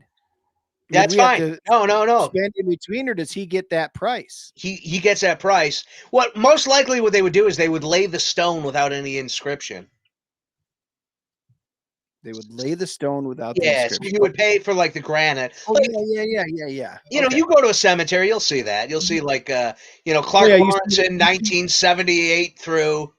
the birth date. Yeah, a lot of times somebody's spouse is Yeah. on, the widow or the widower is on there, right? Correct. Like, Yeah, because the you dudes see die that. first usually. Yeah. I've seen. I know some folks who do a bench. Was that popular? So their loved one could come and sit on the bench and Well, remember them. I've seen that sometimes. Here's the deal. Different zones of the cemetery have different rules. So, this happens a lot where people will buy plots in the flat only area where all the headstones are supposed to be in the ground flat, Yeah. and they'll want to put up a bench. Well, the benches don't belong there. You can't allow benches there. So they'll be very upset. So when you why would buy you buy a plot where you can't have a bench and try to put up a bench? well, because it's been the family plot for 80 years, and they didn't think that they'd need a bench. You know what Rocky Balboa did? Rocky Balboa just left an old crappy chair up against a tree, pulled it down, and went down and sat down next to Adrian's resting place. Yeah. Do that. Buy an old crappy chair, bring No. it. You got a place to sit. Carlos, the grounds guy, would throw that thing out immediately. Oh, would he? Yeah. Man, the grounds people around where I work, I left some things out for a second. Whew, they got it. Oh, Threw it right people away. get pissed. So there's 2 cleanups generally a year at the cemetery. Like, people come by and lay things down for their loved ones. Right. I understand. I respect that, but you do have to clean it up a little bit sometimes. I'm sure of it. Right. Like if you lay down a bunch of shit for Mother's Day, and next thing you know, it's the 4th of July and there's still Mother's Day stuff. Some people are going to complain. They'll be like, hey, it's a mess in the cemetery. We want to put up flags because it's now the 4th of July and, Grandpa was in the service. Yeah, people all they do is bitch. If you work in a cemetery, all you're dealing with is people bitching about, the land around their dead people. It's a racket. I get it. I mean, I understand people being upset when it's gone, but I also understand the need to clean it up. Yeah. Yeah, you do. You got to.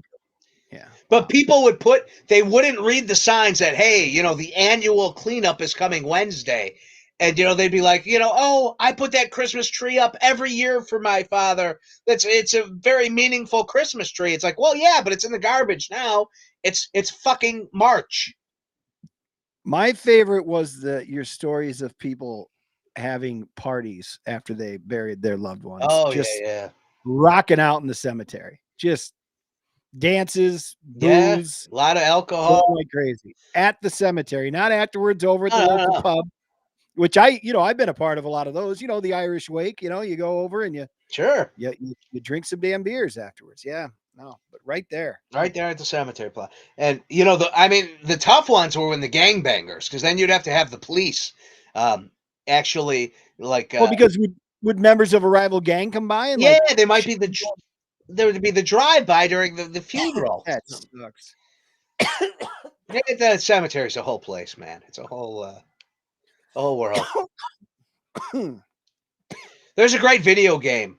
I think it's called Gravedigger, where you're a skeleton and you basically run a cemetery, and it's a lot of work. You actually do the autopsy on the bodies, and then you bury them, and you got to clean up the cemetery, and then weird shit happens. It's a fun game. We did lose quite a few of our viewers during our cemetery talk somehow. Really? I would think that was the most compelling part of the show. I was intrigued. Yeah, me as well. Brilliant. Huh. Yeah. Well, we'll look at the Matrix and maybe the numbers will discontinue any cemetery talk. Sure. I'm truly disheartened by that. Yep, me too. What else, man? What didn't we get to it all here? I know WrestleMania season's starting to wind up. It looks Yeah. like the Chamber happened the other night. The Chamber happened. It was a fun time.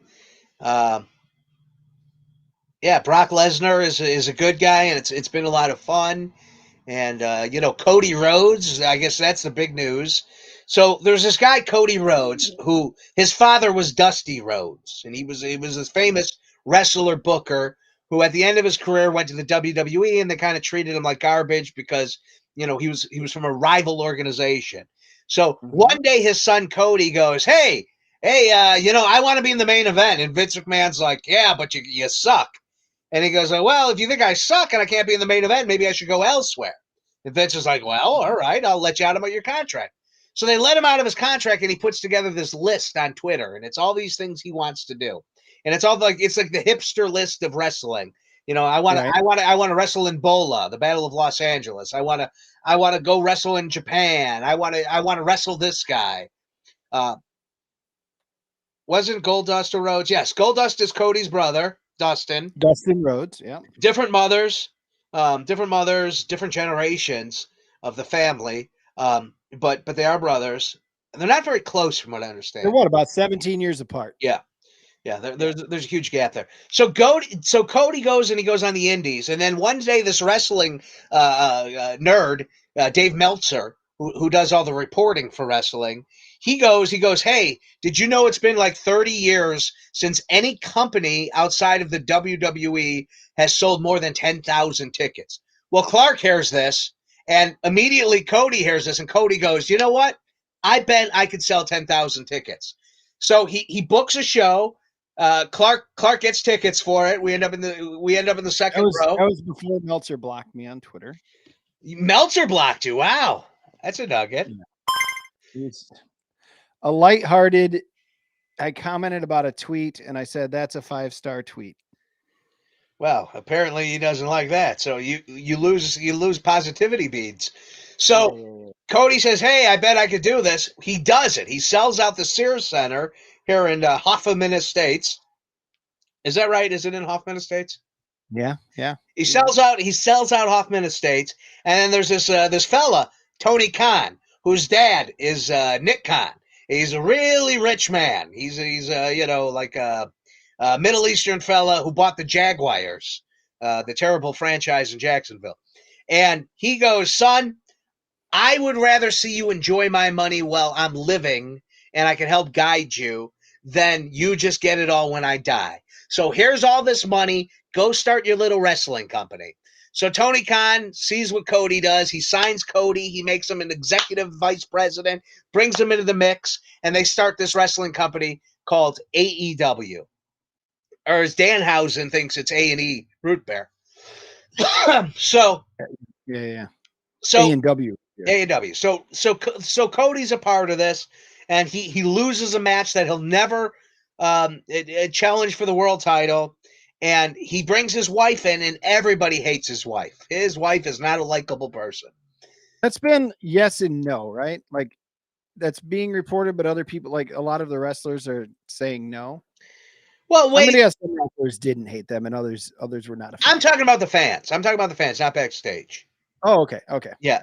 I mean, backstage, there's Wade Keller, the other wrestling nerd journalist, claims that nobody liked Brandy Rhodes backstage, but we don't know. I mean, that's speculation. But the fans hated her. That was 100% legit. And so Cody does all these. He cuts this like woke promo that misses the mark completely. Like on Martin Luther King Day, he like cuts a promo about how his wife Brandy is black. So he cuts a promo about how, like, well, we're having a child, our child is going to be mixed, and that's what the future is. And like all the liberal fans are like, yeah, this is weird. Like, this just didn't hit the part. And all the conservative fans are like, what the hell is he blabbling about? So nobody liked that promo. And then he went on this jingoistic promo about, being American and the all-American Cody Rhodes. And in today's climate and in today's world, you can't really be jingoistic anymore. So that nobody liked him for that. And people just started. Clark was his only fan at the end, is what I'm getting at. At the end of the day, Clark was the only person who still liked Cody Rhodes. So people started booing Cody, but Cody refused to be a bad guy. So he would come on television and he would start talking as a good guy, and the entire crowd would start chanting, "Shut the fuck up." Yeah, and they meant it. They didn't like him.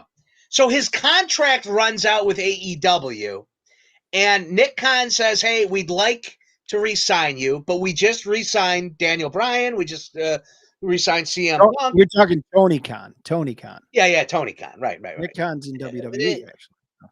Yes. So who's his father? Is it Chad Khan?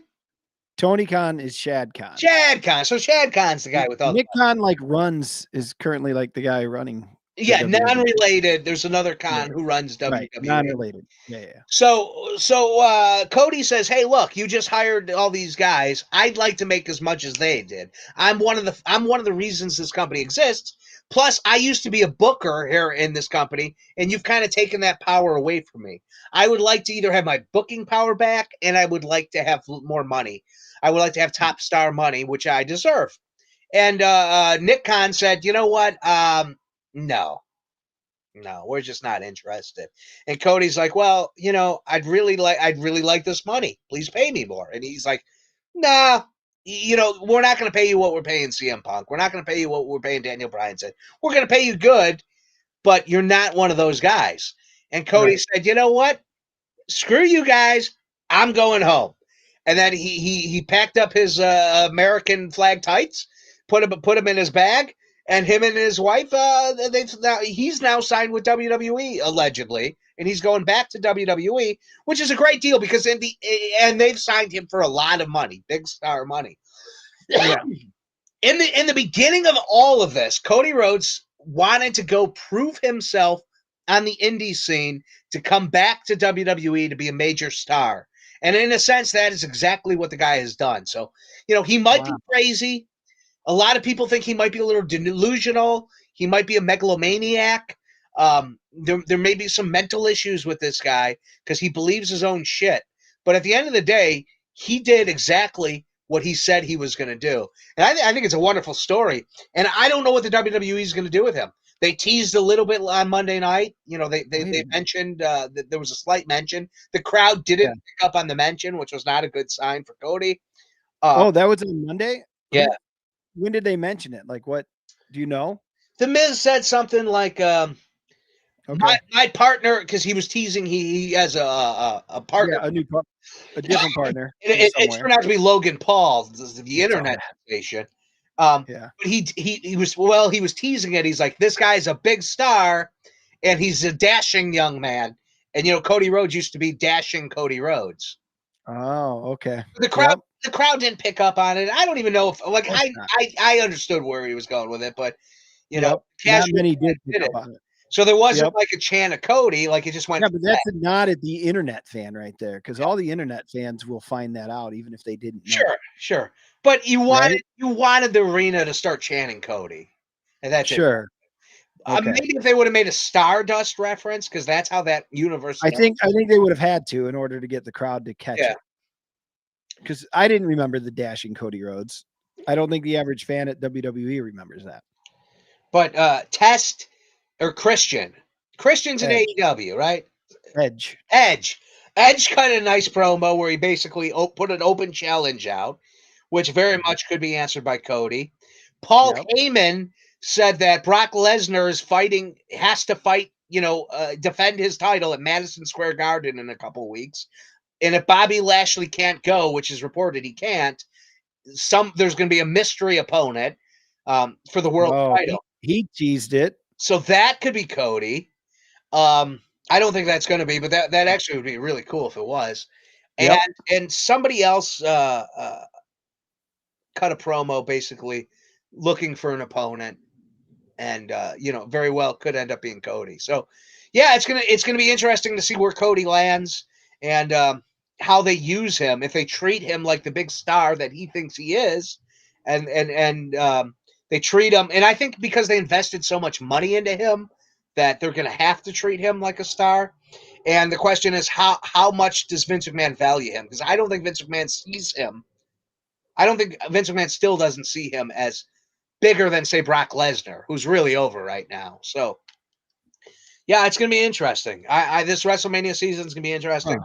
The Cody Rhodes thing is very interesting. There's a lot of compelling stuff.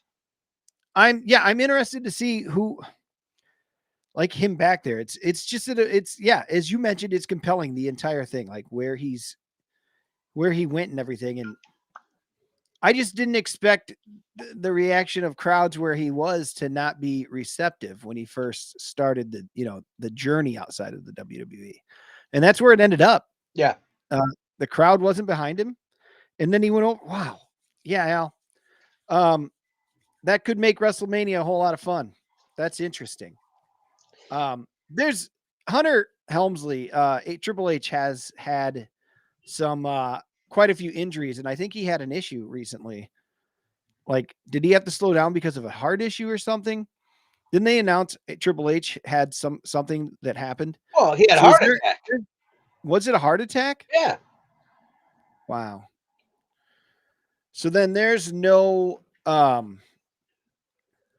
there's no chance that he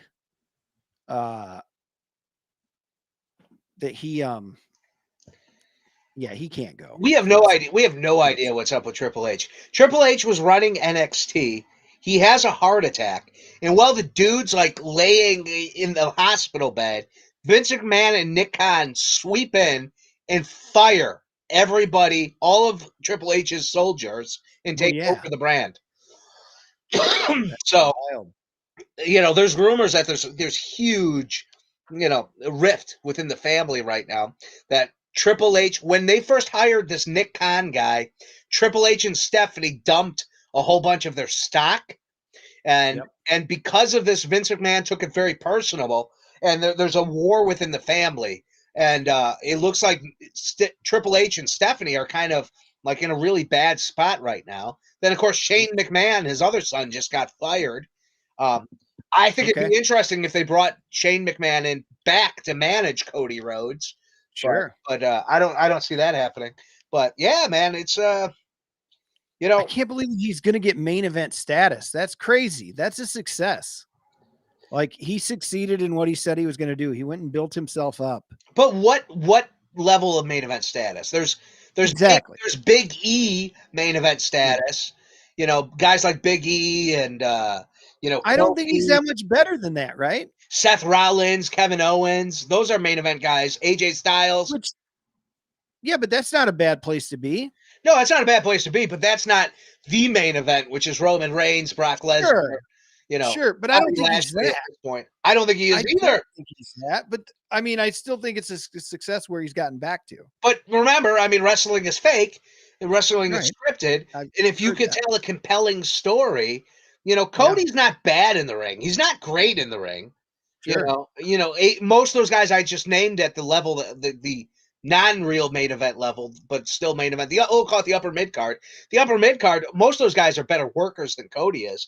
But Cody could still put on a great match. One of your favorite matches ever was one we saw live, right? You talk about that match with Aldis for the NWA title. They built that story so well. I mean, his dad had won that NWA World title. Yeah. And they built that story up. When he won that at All In, or All Out? All In. Yeah, I can never get him right either. It's one of the two. No, that was All In. Yeah. It was fantastic at the first one. It was absolutely a great story. One of the biggest pops I've ever seen at a crowd ever. Yeah. It was great. It was an electrifying moment to be a part of. That's for certain. And, it's interesting because Cody is a guy I've always disliked. Even at that point, I'm like, there's something about this guy I don't like. But when I saw him at Wrestle Kingdom in Tokyo, I thought he had one of the better matches of the night. When we went and we saw All Out, I was like, man, this is really compelling. I'm enjoying the Cody Rhodes stuff. So I've always disliked him because he's just not a likable dude. But I've always enjoyed what he does within the wrestling world. So, Yeah, it's going to be really interesting. The ego on him clashing with the ego of Vince McMahon, going up against the ego of Tony Khan. Can Yeah. Cody and Vince combine their ego and make a super ego that somehow propels Cody to a higher level, and he starts really becoming a big deal in this wrestling war that's starting. I mean, this is like the Ukraine and Russia right now. So, yeah, we wouldn't get. I mean, I don't think it's quite that, but it's not like we can get the Triple H and Cody thing, like a 1% chance or less, right? Yeah, and I don't even think it's that compelling, to be honest. I mean, I get it because Cody destroyed Triple H's crown in AEW. Yeah. He took a And there was something sledgehammer. else I think that Triple H had said to him before, or he had called AEW a pissant company, and Yeah. Cody was there, and now look where he is, kind of thing. I think there's a few things to try to build that on, but I'm with you. It's probably not that big of a story. And then meanwhile, in New Japan, they just had a big match Logan between. Paul or Jake Paul? Huh? Logan Paul? Jake Paul? I don't know. He's not. Which He's like, I don't know who he is, Okay. but he's a big deal to some people. It's one of those things. Yeah. And a big deal to me, but he's a big deal to other people, and that's big in wrestling. If you're a promoter, he's a guy who's going to draw, Absolutely. even if it's not a draw for us. So Yep. AEW pay-per-views in a couple weeks. It's actually on a Sunday. So I'm starting to like that card a little bit. are you going to be in town, or are you going away to Arizona for no reason? Oh, what date is it? I don't know. I don't know. I'm gone the 22nd of March. Oh, I think So it's we're a early month. March. Okay. All right. Yeah, we could probably watch that. Let's take a look. Shoot. Yeah, we'll see. That would be fun. Yeah. I don't even know what it's called. Man, it's hard to find information these days. Oh, it's called Revolution. Is it called Revolution? How do Yeah. you know this? Because I watched a little bit of it. Yeah, I got the card right here. We got Keith Lee versus Wardlow versus Powerhouse Hobbs versus 3 other people in the Face of the Revolution ladder match for the AEW TNT Championship for a future match for the AEW TNT Championship. Jurassic Express, the tag team champions, against Christian Cage, with Christian Cage against somebody else. CM Punk versus MJF in a dog collar match. Oh yeah, I don't know. Yeah, I just watched in Japan a dog match. So a dog cage match. Yeah, That's wild. the object Dog collars in a cage. Well, there was a giant dog cage at ringside, and you had to shove your opponent into the dog cage to win the match. It was Yano versus Minoru Suzuki, and Wow. That sneaky ass Yano, he found a way to trick Suzuki into the cage and won the match. Wow. That's crazy. No, dog collar matches where you are literally wearing a dog collar Right. that's connected to the other wrestler, right? You can't get away. Correct. Sounds so silly. I think they've been doing a fine job of building it. So Dr. Breaker with Rebel and Jamie Hayter in her quarter looks to be defending against Thunder Rosa. You may have heard Al and I talk about her at the Warrior Wrestling show recently. She's really great in the ring. Yeah, that's going to be an awesome match. Good job. People get behind her a lot. They tell her story real well. And Britt Baker's really over, the champion. They took their time giving her the championship belt. She was already kind of, one of the faces of it, right? Oh, that's the cage, huh? Al's showing the cage right now. Yeah, well, he lost the match. Now they're wheeling him away. Locked in the cage. In the cage. That's so silly. Like, that's so... He's also, like, the character, he's one of the, most deadliest men in the world. Like he actually was at one time, and like that's also his character. So it's just kind of funny that he's in a dog cage being rolled away like a madman. By the young boys he usually beats on. So yeah. Yeah. Wow. That's wild. The main event was good though. It was Okada versus Naito for the world title. Naito. Oh, that's cool. That's cool. Yeah, dog cage match. That's so weird. And then so far the Hangman Page, the world champion, is going to defend against Adam Cole. Boom. So let's see where they go with that. Yeah, it'll be fun. It'll be fun. Yeah, and it is. It's March 6th. That might be a bad night for me, but why is that? I was looking at the calendar trying to remember. We have something I remember for that day, for that Sunday. Well, what is it? What do you got going on? I don't know. We're hanging. We're making plans with other people as a family. Well, cancel them. Tell them you what I can do. All right. Well, I'll just watch with somebody else. It's fine. I'll see what I can do, Al. No. Don't worry. You go. You and the neighbors. You don't see them enough. You guys can. I still have to look at the schedule. I don't know for sure. All right. You and the neighbors can have your little cookout and not invite me. That's fine. I get it. Mm-hmm. They're doing it on a Sunday again, huh? Didn't WWE just have theirs on a Friday or on a Saturday? Well, it was in Saudi Arabia at like noon. Oh yeah, that's right. Did Brock F5 him off of the did Brock F5 somebody off of the top of one of the pods? Yeah, it was pretty badass. And Lashley got knocked out right away, right? Right. There's rumors he has shoulder injury for him. Isn't he really hurt? Yeah, there's rumors that he has a shoulder issue that probably needs surgery. Okay. So he lost the title. Yeah, me and W. Wilson might be getting together for some AEW. We're gonna shoot some whiskey and watch some wrestling. I would love that. That'd be awesome. You're not invited though. I'll try to make it too. You got plans. Fine. You got plans with the neighbors. Fine. Yeah. Okay. Then I won't even look. Is it a think tank? Is it a think tank event? No, it's not. You and think tank get together for some giggles? It's not. It's people that I haven't gotten to see, like friends that I haven't seen in a long time, and we haven't hung out with their kids and stuff. Oh, and their kids, more the kids stuff. Yeah, forget this. Forget it. Cancel. Dude, Al, you've got to understand, like, when the reason why it's like that is because when kids are hanging out, keeping themselves entertained and busy, and you get to spend that time just having real conversations with people again. That's why. There's no real conversations. It's conversation like this, like, dude, what do you think about hey Margaret, what do you think about the gas prices? Boy, what do you think of hey Hazel, put that down, honey. Honey, put that down. No. Don't fight, honey. You guys can't no, okay. So yeah, these gas prices are out of control. I don't know.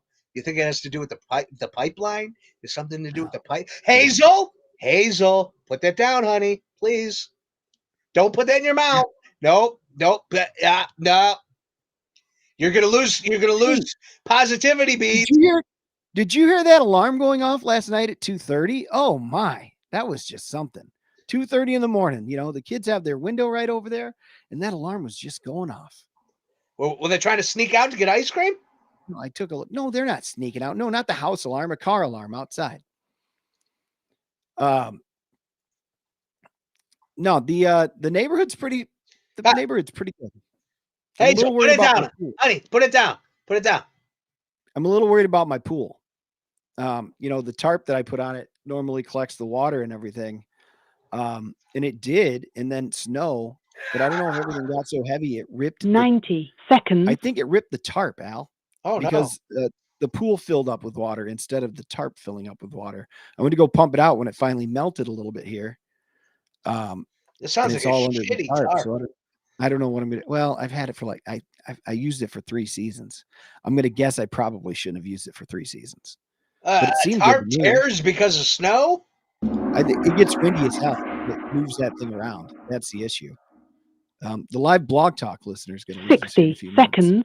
I think we've had a lot of wind, a whole lot of heavy winds too. If you think about it, there've been like 45-mile-an-hour Yeah, winds I love wind. since I put that on there. Huh? I love wind. And we have a lot of houses to kind of block the wind a little bit, but a lot of times that wind's howling around it. You know, like sometimes you end up downtown, the way the wind howls around some of the buildings there, and it can smack you in the face with negative 10 degrees off the lake. Kaze. You know that feeling. It's Japanese for wind. Huh? Kaze. Kaze. Kaze. Nice. Oh, man. Well, brother. What else do you have? Good night to the live blog talk listener, and we'll sign off everywhere. Here this evening. What else you got? 10 seconds. Yeah, what else do I got? I got so I saw the movie with the mall cop guy is he's Sean Payton, and he takes over. Yeah. You told me to remind me to tell you about that. Yeah, Sorry. yeah. He takes over his kids high school team, or I don't even know if they were a high school team. And yeah, it was weird. The whole movie was just strange. Like normally I enjoy the mall cop guy, Paul Blart, but Yeah. it's a movie? Yeah, it's a movie. Oh yeah. For a bit I used to think that it was a TV show, but then I got corrected on it. I couldn't remember which it had originally been. Like, it's obviously not Sean Payton, but they just call the character Sean Payton. But he looks nothing like him and acts nothing like him, or what? It's based on Sean Payton, and it is Sean Payton, and I believe it's based on a true story. But the characters around Sean Payton are so ridiculous. Like, oh, okay. I can't think of the guy's name. He's in. He was Kevin James. No, not Paul Blart. He was on Saturday Night Live, but he's like a goofy character on it, and like, the defensive coordinator is like an overweight alcoholic bus driver who has like a pedophile vibe to him, and it's just like the characters are so ridiculous. Like I just didn't know what the hell was going on. I mean, I watched the whole movie. I got to say it was kind of entertaining. But let me get the name. I'm trying to Eric. No, I think it's Rob Schneider. 90% sure I'm thinking Rob Schneider. Wow. Yep. Let me pull up a picture of Rob Schneider. Then I'll know. Well, Sandler. No, Sandler was a producer. Hang on. I'm trying to. Yeah. Definitely Rob Schneider. So Rob Schneider always plays weirdos. He plays Sean Payton's ex-wife's current yoga-loving, peace-loving boyfriend. Oh, they made a bad movie. Yeah, it's a bizarre movie telling this weird story. Why would you go with that when they could have, like there's a lot of good sports things that come out. I think you could do it a whole lot different rather than that tongue-in-cheek, very, I don't know. Farcical comedy? Is that the right word? Yeah, farcical. I got to tell you, though, I refuse to watch the Kurt Warner movie. I haven't watched it, and I don't know why. Why do you refuse? What's yours? I've never really, Kurt Warner is the Diamond Dallas Page of football. Oh, like he reminds me of Diamond Dallas Page with the getting into the game late in life and the whole positive. It's a great story. I mean, if that's a wrestling character, that's a great story. The wife looked like a bird. Bagging groceries. The whole thing. Bagging grocery. He loves his God. Never enjoyed the story. He's the. I don't know. It's a good story. A lot of people do. I cheered against that Rams. A lot of people enjoy the story. I saw somebody say that they went in to watch it thinking it was going to be bad. Like, I'm thinking after school special bad or made for TV movie, on NBC. Maybe not after school special, made for TV movie, Friday night, made for TV movie. But I heard somebody say something like that, and then they enjoyed it. That's the Kurt Warner one I'm talking about. But here's the thing. Most sports movies you're going to enjoy. Like, there's very few. I mean, you get a movie about a Jamaican bobsled team, and I'm all in. Like, I can't think of even kids sports movies. Little Giants. I'm all in. I'm fine. Yeah, I'm in. I watched that recently. Did some D2 the other day. I had the kicker come in and sing karaoke one night. From the Little Giants. From the Little Giants. Oh, that's amazing. Wait, how do you How do you get to the point where you know that's the kicker? I mean, do other people realize that he's the kicker in Little Giants? Well, he came in and he put a song in, and as he was putting the song in, some girl's like, "I know who you are," and he's like, "Oh yeah, that's me." And it turns out he was in some Disney As he's movie. singing? Huh? As he's singing? As he's putting the song in, like he's in line putting a song in, and the girl's behind him. She's like, "I know who you are," and he's like, "Yeah, that's me." And so he finishes, he puts a song in, and I go, "Hey, who's that guy?" She goes, "Oh, he was in this Disney movie." I go, "Okay." So now I spend like the next hour on, Facebook, Instagram, Google, trying to figure out who this guy is, and then finally, I don't remember how I got there, but I'm like, Little Giant kicker. Wow, that's amazing. I'm trying to find it myself, and I can't find it based off of what you're telling me right now. He was an Asian kid. I mean, that might narrow it down slightly from the cast. I imagine Oh, he I was know. one of the Oh, few. they did the glasses, the fat little kid. Like, I mean, I was a fat kid too. They would have done the same to me. Wow. Okay. That's amazing. It's so weird because I'm like pretty close to their age. I must be. From Marcus when that movie came Toji. out in 1994. What is it? Marcus Toji. Okay. All right. Let's see what else he was Wow. in. Let's see here. Little Giants. He was in The Patriot, The Terror. Wow. He did more. He did some, I mean, some like the Patriot, that was I think at least quite a few people saw it. Yeah, I don't know how big Was it his Mike role was in Tyson? The Patriot, but he was a Sure, but he was in it. Absolutely. That's wild. Um, yeah, I can't find that, Al. Now we're getting to the part of the show where we're just Googling things. Yeah. So Toji, he must have done some television because I mean I don't think she knew him from The Little Giants. Okay. How do I get the Yeah. full No, bio? I don't know. Yeah, you saw that Sean Payton movie. Should I just turn it on for a bit, background or something, just so I can see what you're talking about? Yeah, I mean, I think if you start it, you're gonna end up watching it. Oh man. Okay. He was on Criminal Minds. He was on the Criminal Minds. Workaholics. Okay. The Goldbergs. Yep. Yeah. Oh. Okay. He was on House. I love House. It's a great show. It's Always Sunny in Philadelphia. I mean, my guess is he's a character actor and had very small Yeah. parts in all of these, but The West Wing. He was on The West Wing Okay. as boy number 3. Do you think that if we lived in LA that we would have just like you just audition like if that's the move after Second City, move to LA, Yeah. try to get a day job, and then Well, our would you buddy. get some roles on TV shows like this more often because you're just showing up and they Yeah, need somebody who looks like you I that think could say 3 lines? I think you get more. He was on The Wonderful World of Disney. I bet that's where the girl knew him Okay. from. Yeah, Uh, that makes sense. That makes sense. well, our friend who's actually been on this show in the past, Martin Morrow. Yep. He was a stand-up here in Chicago, main stage at Second City. He moved to LA, and if you watch the Super Bowl, he was in 2 commercials. Yep. So I remember I was sitting there eating my cheese dip. I'm like, holy shit, there's Mhm. Martin. So I've seen him in quite a few national commercials, and those pay a good clip. yeah. I Like mean, you're doing pretty good work. If you're in a commercial that plays for a year and then you're in Super Bowl commercials, you're making pretty good money for a Super Bowl commercial. he was the black guy in the commercial where they're a Toyota commercial or something with the garbage. No, they're. I don't want to be like my parents. That series of commercials.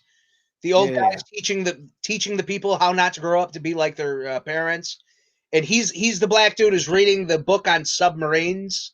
Oh yeah. And the old guy's like, who else reads books about submarines? And he's like, my dad. And he's like, exactly. Like that's Martin. Okay. Yep. Like that commercial got a lot of airplay, so I think people remember that one. I think so. Yeah, and I'm gonna see it now, even if I missed it. I didn't get to watch all of the commercials. It didn't happen. Well, I don't care. Well, because you had too many kids running around. Hey, did you see Hazel got ice cream at the Blackhawks game? No. Was it good? Yeah. Okay, yeah, that's a good. Yeah. That's a good get.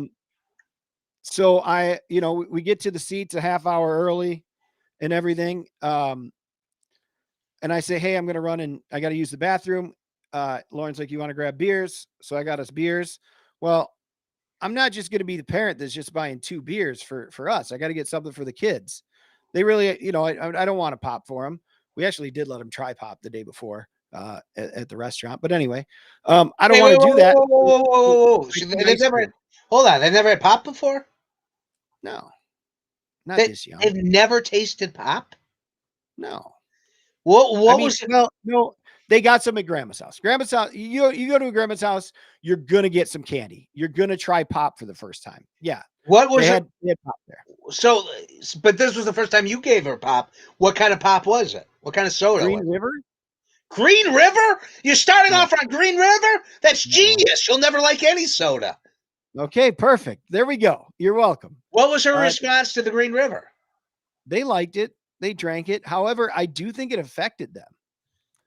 There were stomach issues soon after that. So yeah, not attention issues. They're gonna watch this in 20 years and be like, Dad talked about that. But yeah, yeah.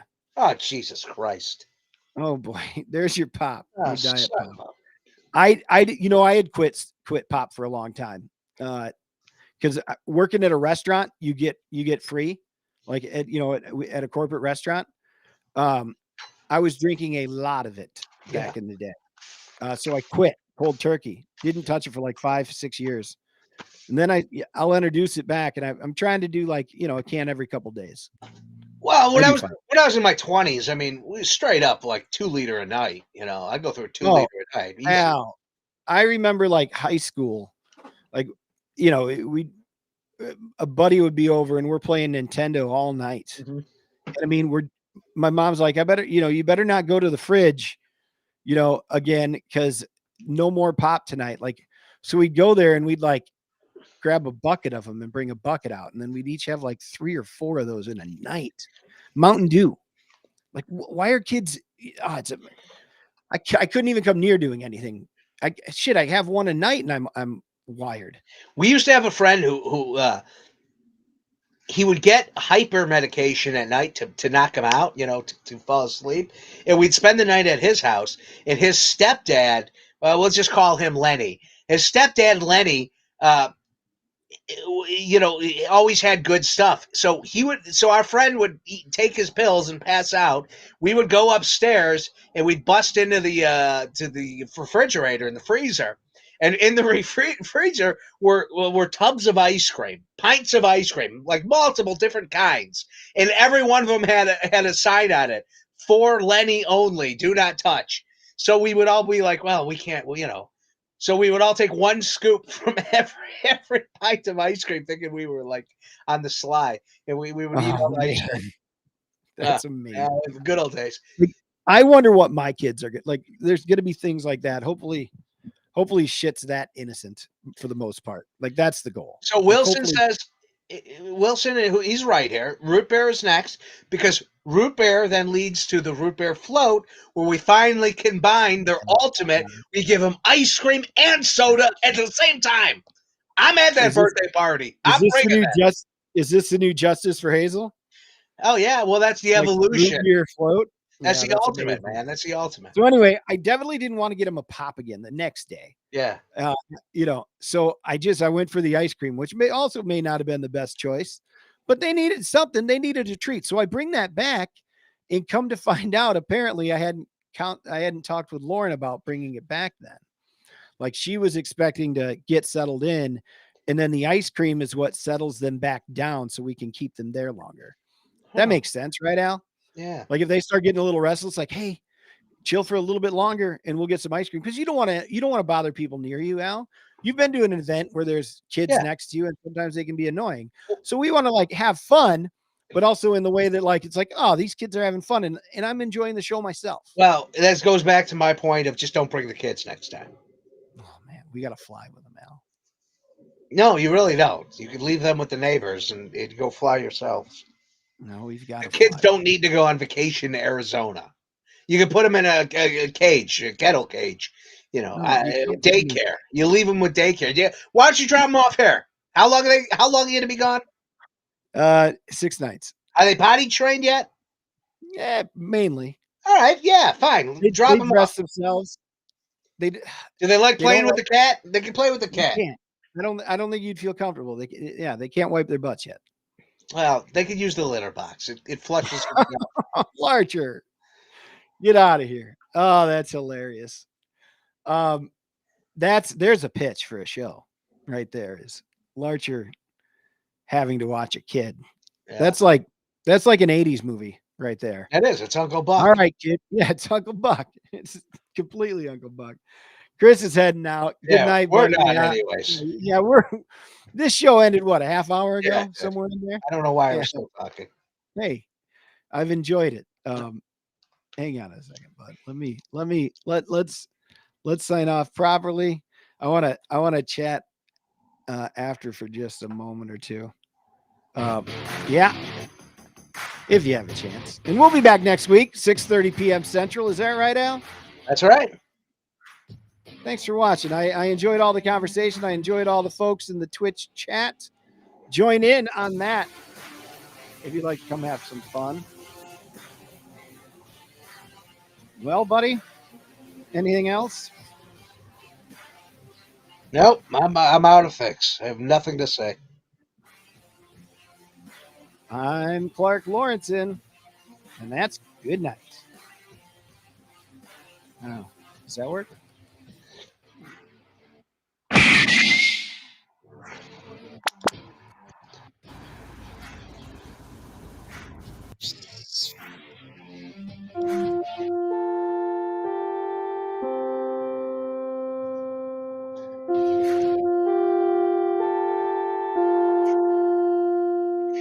Good night.